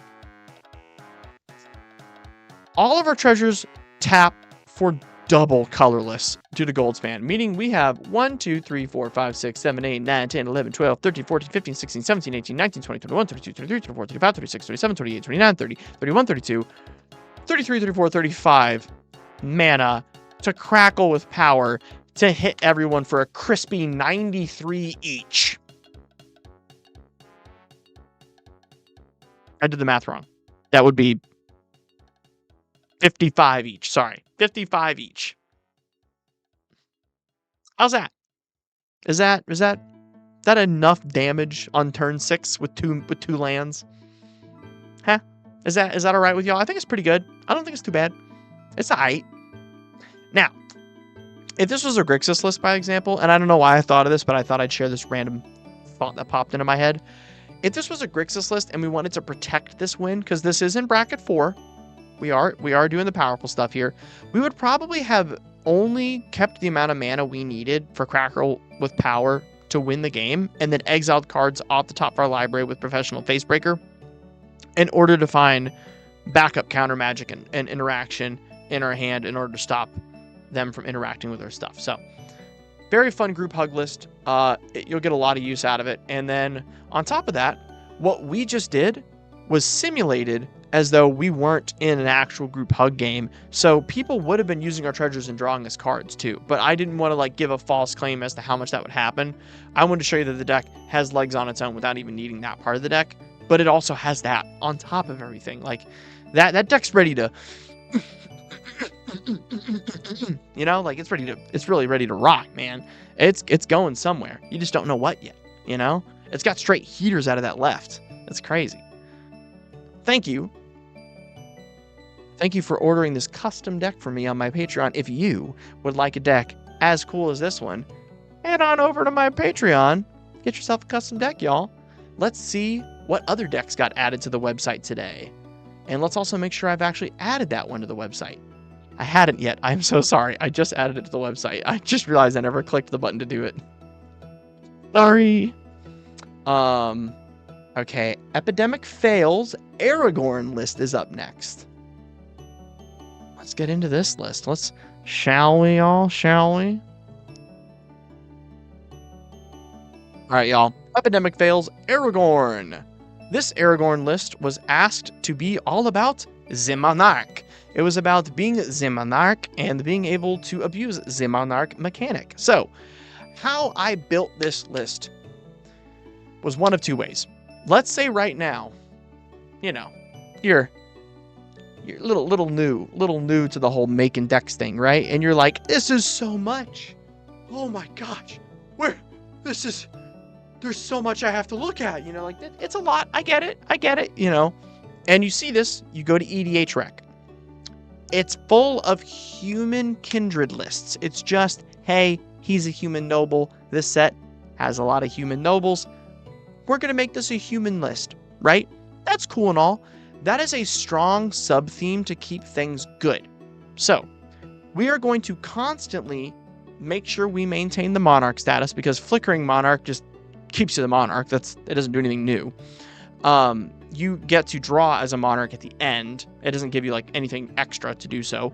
So, what we do here at DefCat MTG is I look to the history of the Conspiracies sets, and I looked at cards that will buff the humans better than another human would buff a human due to the fact that you're a Monarch. So I looked through the entire history of Magic for cards that basically make Monarch this instantly I'm insanely buffed card. So the moment Aragorn comes out and you be kingin', you know, you be noble, you know, boom. We're gonna be strong. We're gonna be fat with a PH instantly. So let's look at this list. We got Combat Celebrant, we got Blade Historian, we have Adeline, we have Professional Facebreaker, Audric, all the crazy stuff that helps us get extra combats, do an extra bunch of damage. But then look how this card's unsung. Riders of the Mark. This spell costs 1 less to cast for each human you control. Trample Haste. At the beginning of your end step, if Riders of the Mark attack this turn, return it to its owner's hand. If you do, create a number of 1/1 white soldier tokens equal to its toughness. You are constantly going to be making 4/1/1s. It's awesome. It is awesome. Yeah, extra combats with dragons. That's a fun way to play it too. With this one, we're going to be buffing it with Monarch specific cards. So let's get into this. Queen Mother Ramonda from the newest set. Yes, of course I look through the Marvel cards even though I don't buy them. As long as you're the Monarch, creatures with power 2 or less can't attack you. Your million 1/1s don't mean anything to me now. I don't care if you went infinite and made infinite 1/1 tokens. Or 2/2s. Ha ha ha. Or 2/3s. Got them. Prince Imal of the Fair. So this is a part of the human archetype. It says whenever you draw your second card each turn, create a 1/1 white human token. And then the Council before makes 2/2 white knights. So we have a lot of things that also make us more 2/2s and 1/1s as like a third sub-theme to this deck, other than our primary. But realistically, what we can do then is use the white Craterhoof Moonshaker Cavalry. It says whenever this creature enters, creatures you control gain flying. Hold on, guys. We gain flying. So this is what happens. Ready? You and I, we're like this. We're playing some Magic the Gathering. Get in here. Get in here. Come closer. Come on. Come on.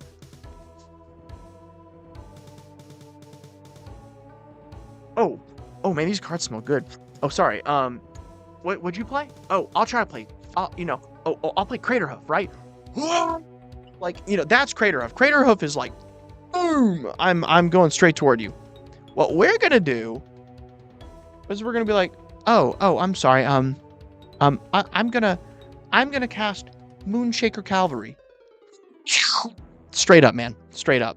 We're going to fly straight over everything instead of having to trample, which makes everything so much simpler for the math.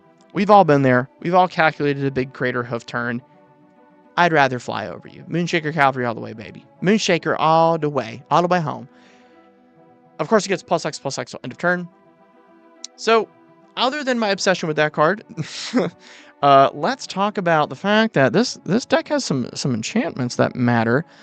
First off, Trouble in Pairs overperforms in a list like this. It is slightly Pillow 40 because we have Ghostly Prison, we have Propaganda, we have the Flowering Tree, and we are going to be giving our creatures Vigilance a lot. So we're kind of chilling. So Trouble in Paris, Ristic, and I thought about putting the third game changer I was going to put in here was Smothering Tithe. But I opted to keep this list at 2 game changers. I know. Hear me out. I kind of thought 3 game changers for this list would make it a little too powerful. I don't know. That's the first time I've ever done that in an order. But I just looked at it and was like, dog, if this had Ristic, One Ring, and Smothering Tithe, I think every game would be starting in a hand with one of those or a way to get one of those. I thought it would consume the deck's flavor away from the Monarch. So I've omitted Smothering Tithe in this list. It only has 2 game changers. You can definitely change that. But for those of you who want to check out this list and actually play it later, go to the Patreon. If you're as long as you're a Knight tier or above, you get access to my entire Commander Vault. You can go find this and try it out yourself, or get a custom deck by me. Do you have one you want to get built? But the One Ring is an auto include in any combat centric Lord of the Rings deck for flavor. Duh, it's so awesome. But let's talk a little bit more about the things that care about you being the Monarch, like I was talking about earlier. So it says, whenever one or more creatures you control deals combat damage to one or more players, you become a Monarch. This is really helpful with us being able to get it back. We really like that. But what I really, really like are cards like Queen that allow us, like, if you are Monarch, then blank happens. We love those things. It's so great. So where's the other one I had that was really excited about telling y'all? Where is the other if you are Monarch card that I added? I liked a lot. Oh, damn, this is a jam. This is a jam.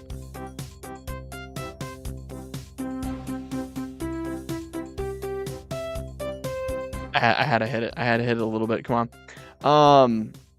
I had one more in here that I cared about it. Was it enchantment? Maybe it wasn't. Did I take that card out? I think I may have. I think I did. Right, I added in Austere Command instead. That's what it was. We needed a better removal that's one-sided. That's what I did. Cool. So, again, I love things like increasing devotion, making a bunch of 1/1 human tokens. Awesome. Also, kick-ass art. I love the art on this. It is so sick. So, let's see how this plays. Shall we? Shall we? I'm going to get a little stretch in again.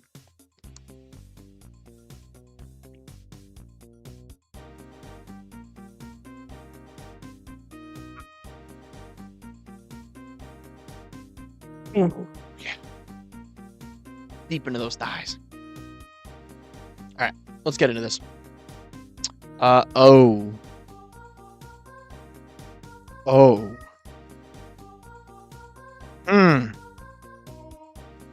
Yeah, this is a snap keep in bracket 3. This is disgusting. I don't even think this would be fun for y'all to watch. It's literally best card draw, second best card draw, one of the best free spells into the best win con, all in the same hand with a good amount of lands.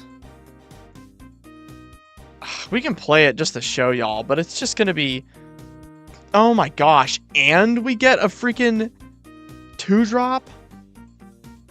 Oh my gosh. This is from Kaldheim. It allows us to flip from 2 different singular manas, not basics, but one side's plains, one side is island, and there's a full cycle. Oh, geez Louise. Then we get Ristic, then we probably draw at least 1 card in between. And we get Training Center, and then we get to play Aragorn, and we draw an extra card, and then we get to draw another 2, because it's turn 4, and Ristic doesn't get paid for in casual. And we play Ripwire Verge, and I guess we can start doing things that tap everyone else's stuff, and make us a bunch of 1/1s, so we'll pay 4 mana for a Mangara, and then we're gonna play Galadriels, which also makes us a token.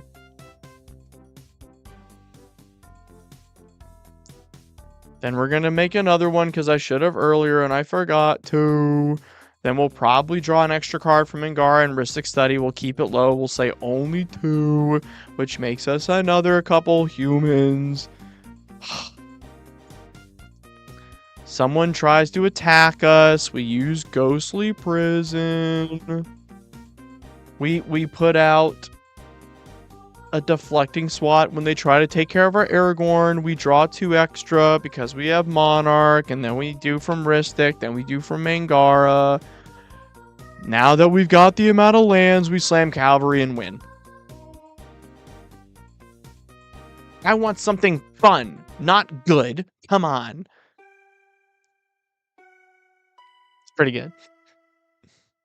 Alright, let's get something spicier than that. That was cool and all, but that's not why we watch this channel. Let's be real, y'all. We don't play this channel to do that. Come on. We're better than that. We like doing funny stuff. There we go. There we go. Lightning Army of 1. We'll put this in tapped. Then we'll put in a command tower, talisman. We're going to go Sun-Baked Canyon into Aragorn. Draw at end step. Go to our next turn. Fetch for our Hollow Fountain. And now we have a couple choices here. We can either turn for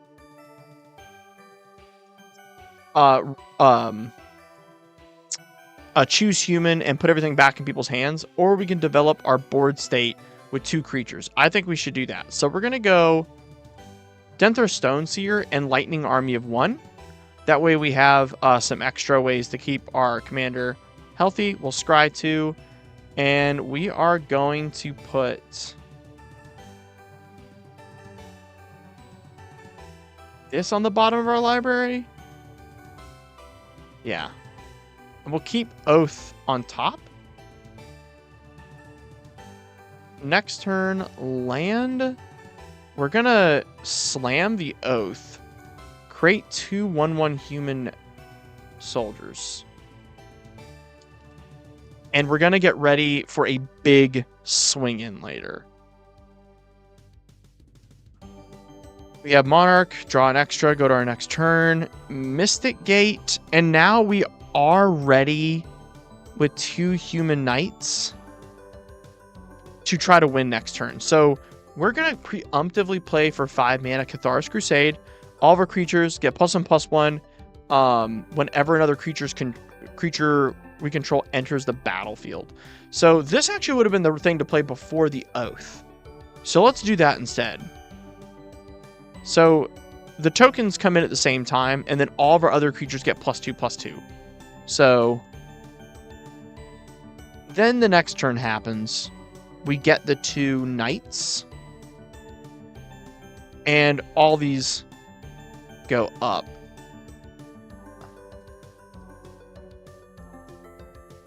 Play a land, and then we wipe the board to stall the game, or we can swing in with all this already if the player total life is low enough, because it is turn 7 and people have taken some damage.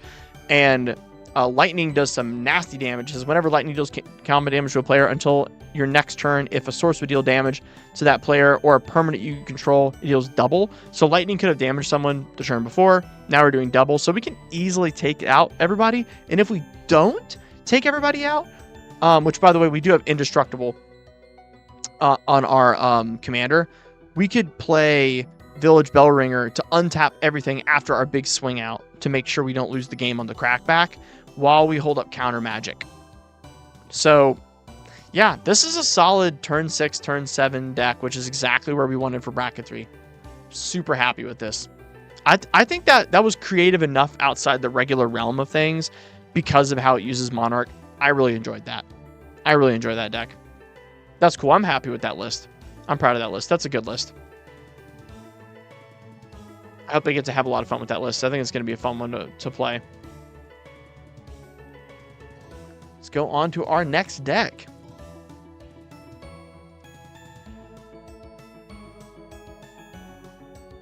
Music is slapping today. Ooh, this is for Esh Money. Esh Money, you in the chat, brother? I'm gonna at them on Discord real quick. They've been excited about this list.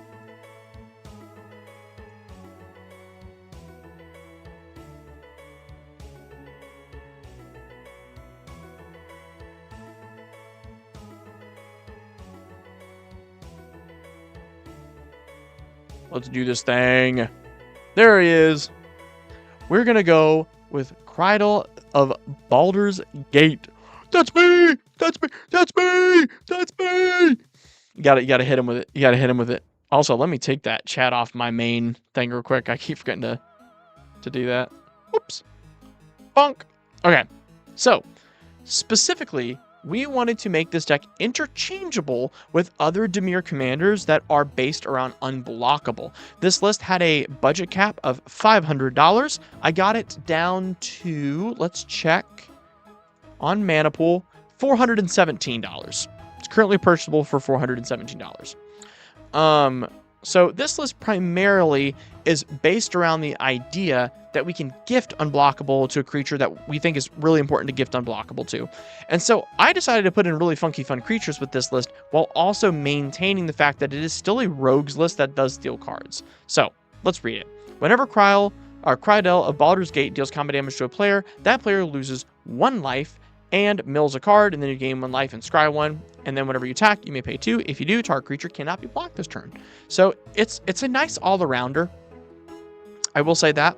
So our big ones that we want to smack in with are Ancient Brass Dragon, Ancient Silver Dragon, Captain Nagathroy, and then Grim Hireling and other cards like that in this list are just absolutely disgusting in a list with unblockable. So we gave the list a bunch of other unblockable creatures. Changeling Outcast. We've got Slitherblade. We've got Triton Shore Stalker.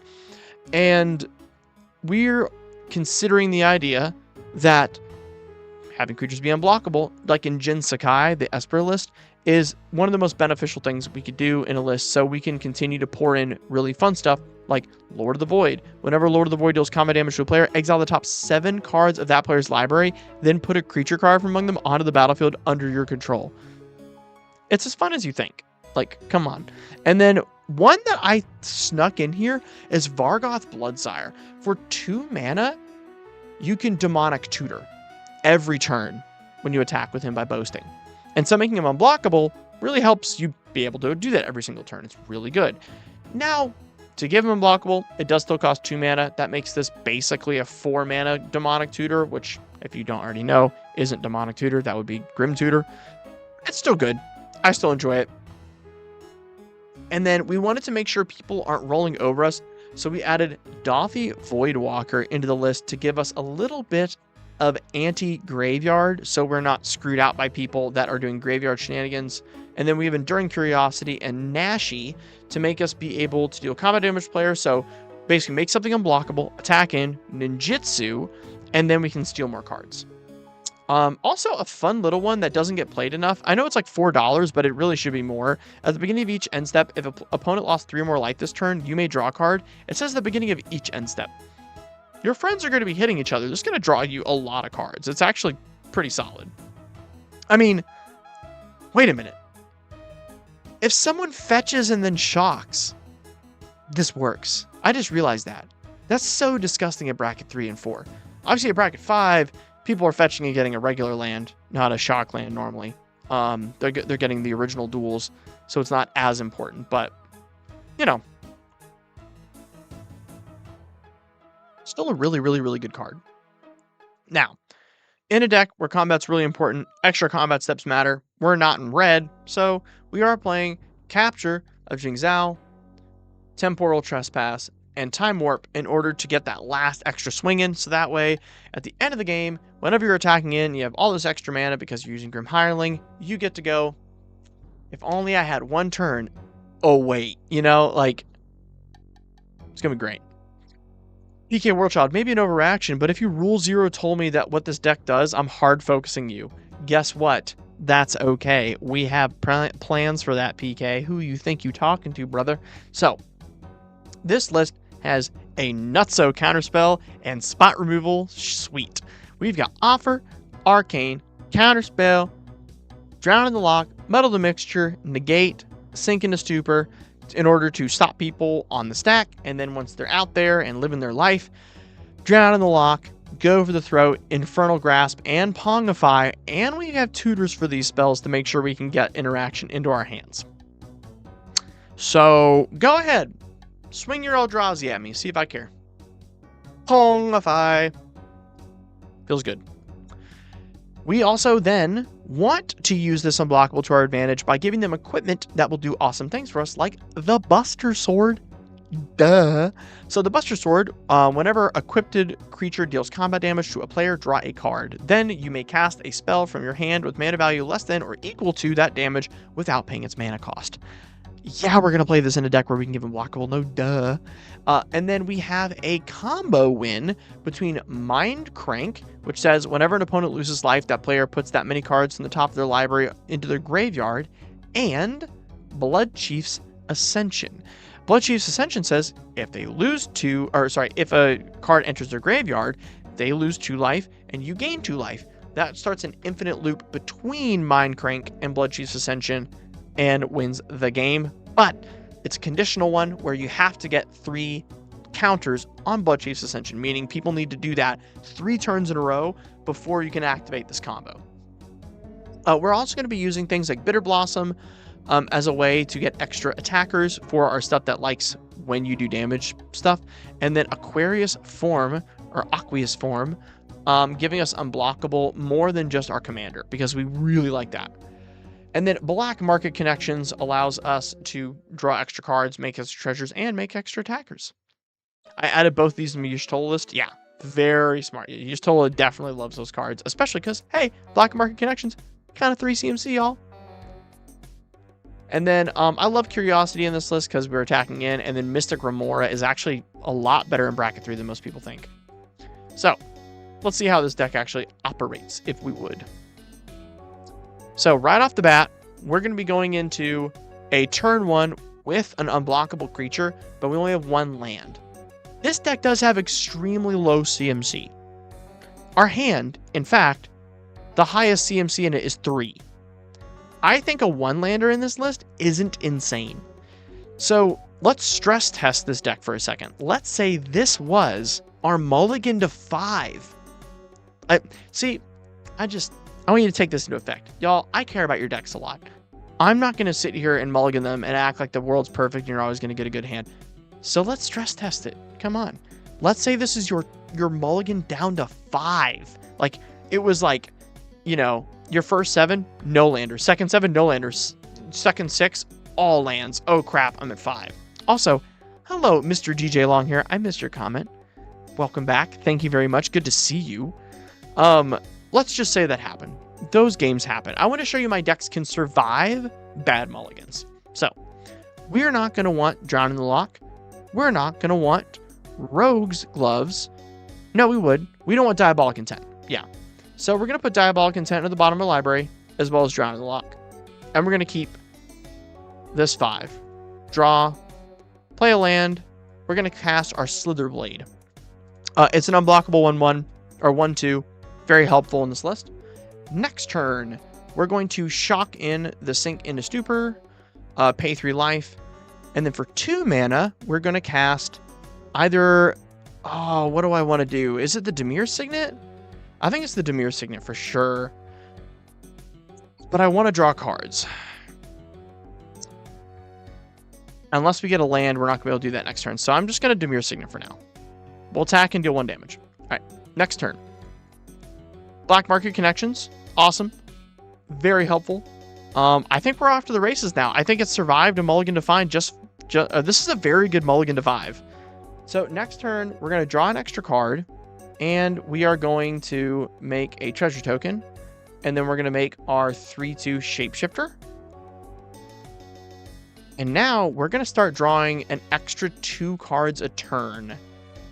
So first, let's Frantic Search. Let's draw 2, discard 2, and then untap up to 3 lands. Oh, we got Time Warp. Nice. We'll get rid of the Propaganda and the Baleful Strix. Untap. And we'll tap. Make 2. And we're going to cast our Genji Glove and equip it to our Unblockable. Attack in. Draw a card. And then next turn, draw our extra at the beginning. Make the treasure. Make our Shapeshifter. Awesome. And I think from here we're cool casting Krydel. And our Cutthroat. Deal 3 damage. Draw an extra card. Second main. Land Aquarius form. Aqueous form. No, we're going to keep it back because we're going to do some shenanigans with more mana later. And they lost 3, so we also draw at our end step. And we go to our next turn, draw an extra, make the treasure. Not make a shapeshifter this time. Land drop. Yeah, this is so much that we can do with this now. So we have a Time Warp on our hand, and we have Vargoth. Sorry, Varigoth. So we definitely cast the Varigoth here because we want to set it up for next turn. So 3 for the Varigoth. And then I think we set up. I think we set up Bitter Blossom for next turn. I think that's the best route. Yeah, because then we don't use up our treasure. And then we go to combat, draw a card. We also scry 1. We definitely want the Metal of a Mixture. Put that to the bottom. And then we also draw at the end step. Go to our next turn, draw an extra card, make an extra treasure, play a land. And now, I mean, there's so many things we can do here. So, first thing we're going to do is take an extra turn. So we're going to Time Warp. Put that in our graveyard. We're going to go to Attackies. And we're going to Boast with Varigoth. And we are going to go grab ourselves Capture of Jingzhou, which is another extra turn spell and goes straight to hand. We also should have made a fairy. Oops. And another shapeshifter. Put our treasure over here. So we're attacking with oh, and we scry, sorry. Yeah, we don't need that. Put that to the bottom library. We're attacking him with 1, 2, 3, 6, 9, 10, 12 power total. And we have an extra turn after this one that we've already paid for. And we're going to get 4 more power when we start our next turn. And an extra card, and 1 at the end of that end step, plus 1 from combat, and an extra treasure token, and an extra shapeshifter, and an extra fairy. And we have 12 cards in hand with another extra turn spell in hand, ready to go, which we can cast. After we attack in, we would draw another 2. We would scry. Oh, we're definitely keeping Ancient Silver Dragon. Oh, sorry, we drew an extra one from Black Market, so we have the Ancient Silver Dragon. And then we Boast with Varigoth, and we go get Temporal Trespass.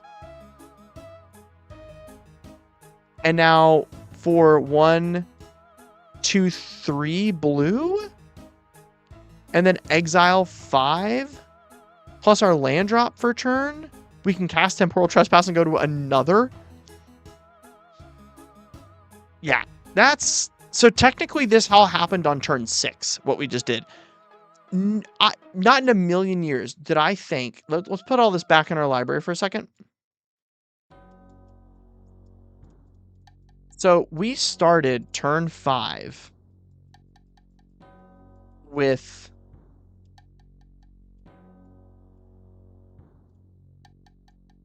this on board. This was the start of turn 5 for us. Oh, sorry, we didn't have... We had Varigoth. This is turn 5. I don't think anyone thought we were winning this turn. This is the turn we win on. That's awesome. I love that. I love that a lot. This is such an unassuming deck. It's ridiculous. Because once you get Varigoth, chain those extra turns. It's so good. I really like that. That's a fun list. That's a fun list to me. I like decks that can really put up some like cool, unassuming wins. That was fun. That was fun. All right, our next one is for WikiWing. Is WikiWing here, y'all? You've been thinking about making a bracket one Varaggoth, focus on using him to tutor out the Vecna artifacts. Peak. Peak. Peak. I like that. I like that a lot. That's really cool.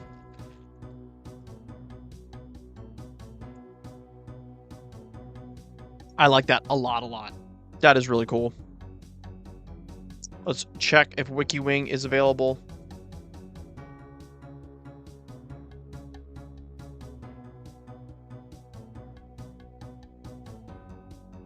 Woo!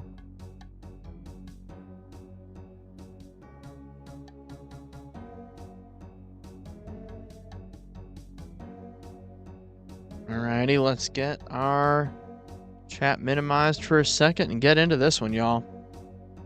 Alright. We actually talked about this one on our Thursday stream last week. Or sorry, Wednesday stream last week. So, Killian Decisive Mentor, technically speaking, this card I feel like in research and development, I'm almost positive this card was meant to be red, white, black. And they went, a boss, it's supposed to be black, white because it's Strixhaven. So they made it black, white, even though the way this actually acts is more like a red, white, black. I really think this should have been a Mardu card. It would have been insanely powerful if it was Mardu, like crazy. Because, and the reason I'm saying all this, is it's a goad deck. It's insane. It says whenever an enchantment you control enters, tap up to one target creature and goad it. That's pretty insane for an Orzhov list to be able to do. And then whenever one or more creatures that are enchanted by an aura you control attack, draw a card.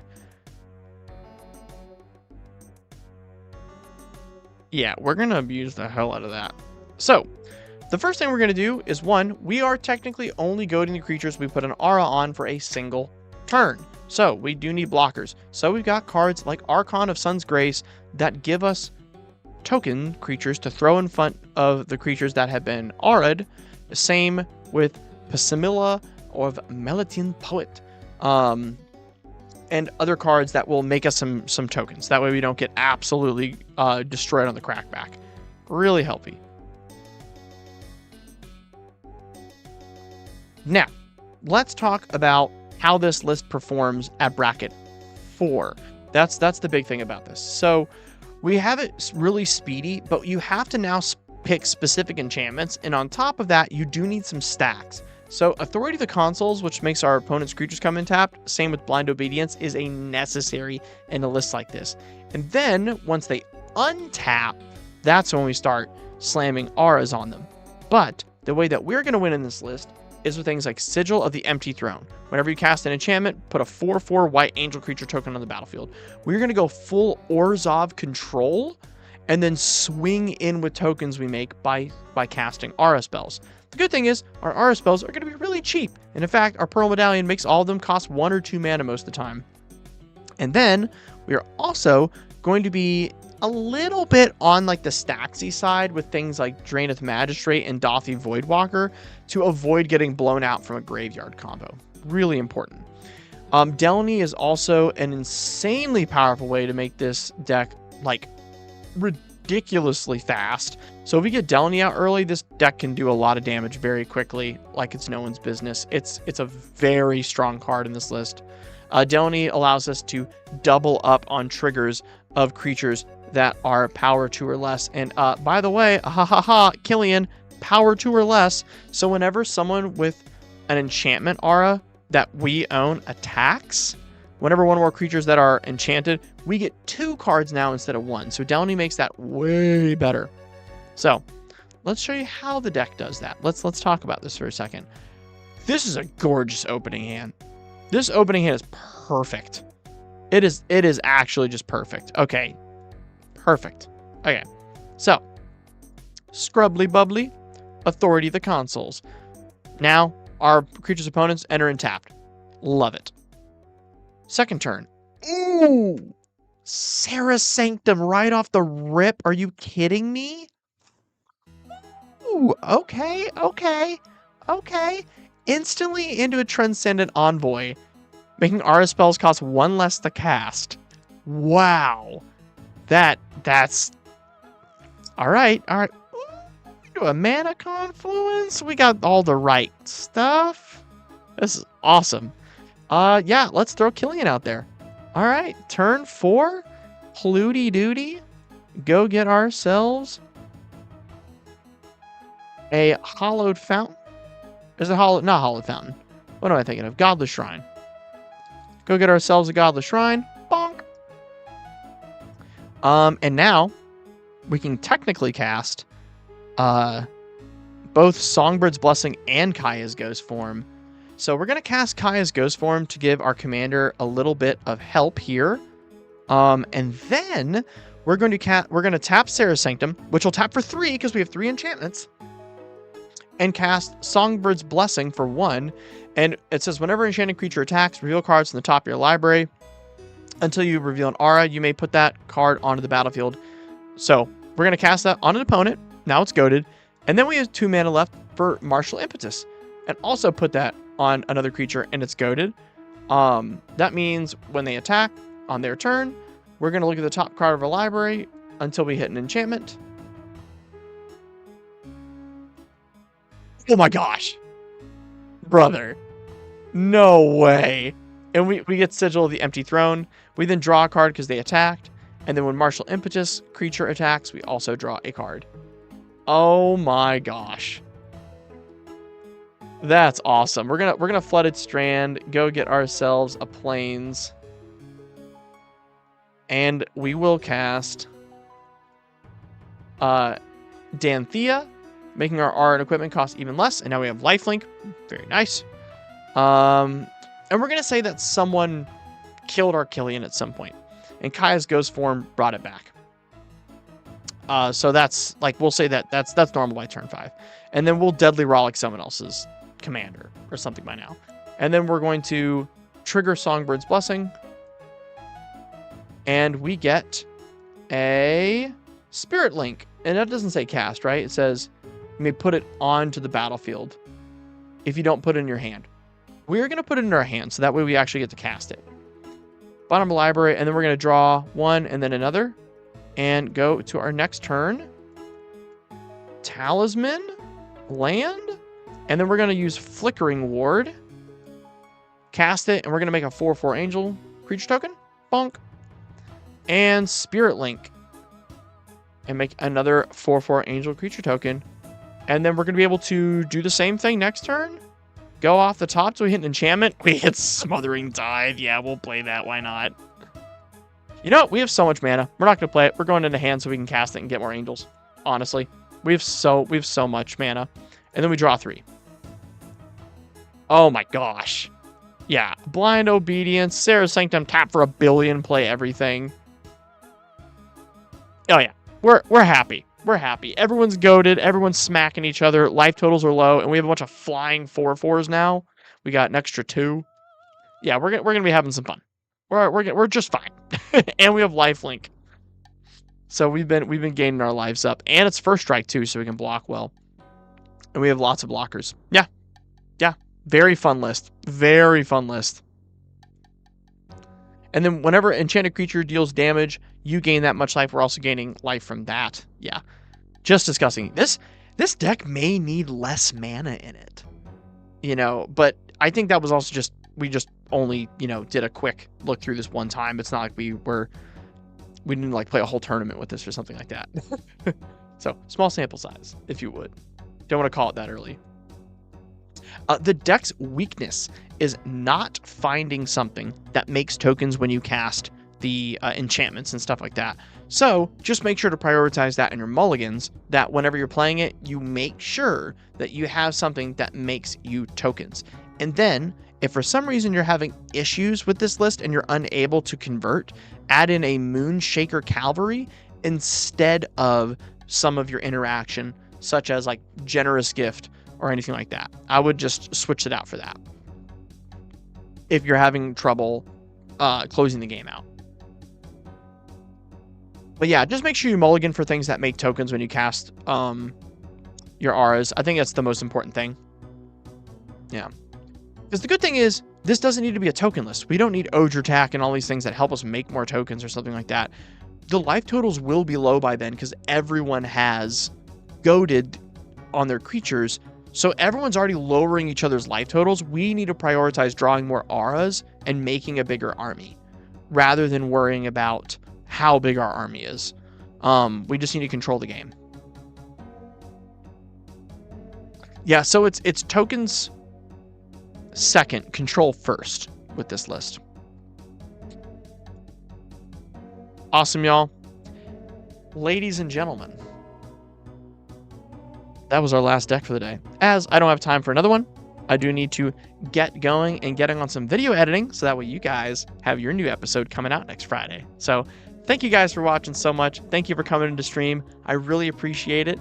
If you guys can, sadly, our main camera for the entire series where like we film and stuff, it broke. So we have to buy a new camera, and that is outside our budget. So we are dipping into our personal pockets to make this possible, because I obviously have to I have to pay my film crew, pay my editing crew. Now I'm paying for a new, $1,200 plus camera. So if you guys can order an extra deck for me on the Patreon this month, it'd be very appreciated, as we're trying to hold back some of those expenditures. Thank you guys so much. Thank you guys for letting me answer your questions. I loved doing that. We'll be back with more tomorrow. Can't wait to stream tomorrow. I have a doctor's appointment in the morning that I'm very excited about to hopefully get some good answers. I'll tell you guys about that if it ever becomes relevant, but know that I'm healthy. Just going through a couple stuff. But I got an appointment in the morning, and then I'll be here for stream. So I can't wait to see you guys at 1 o'clock sharp. And as always, God bless. Thank you for watching. Goodbye, everybody. Bye-bye. Bye-bye now. See you later.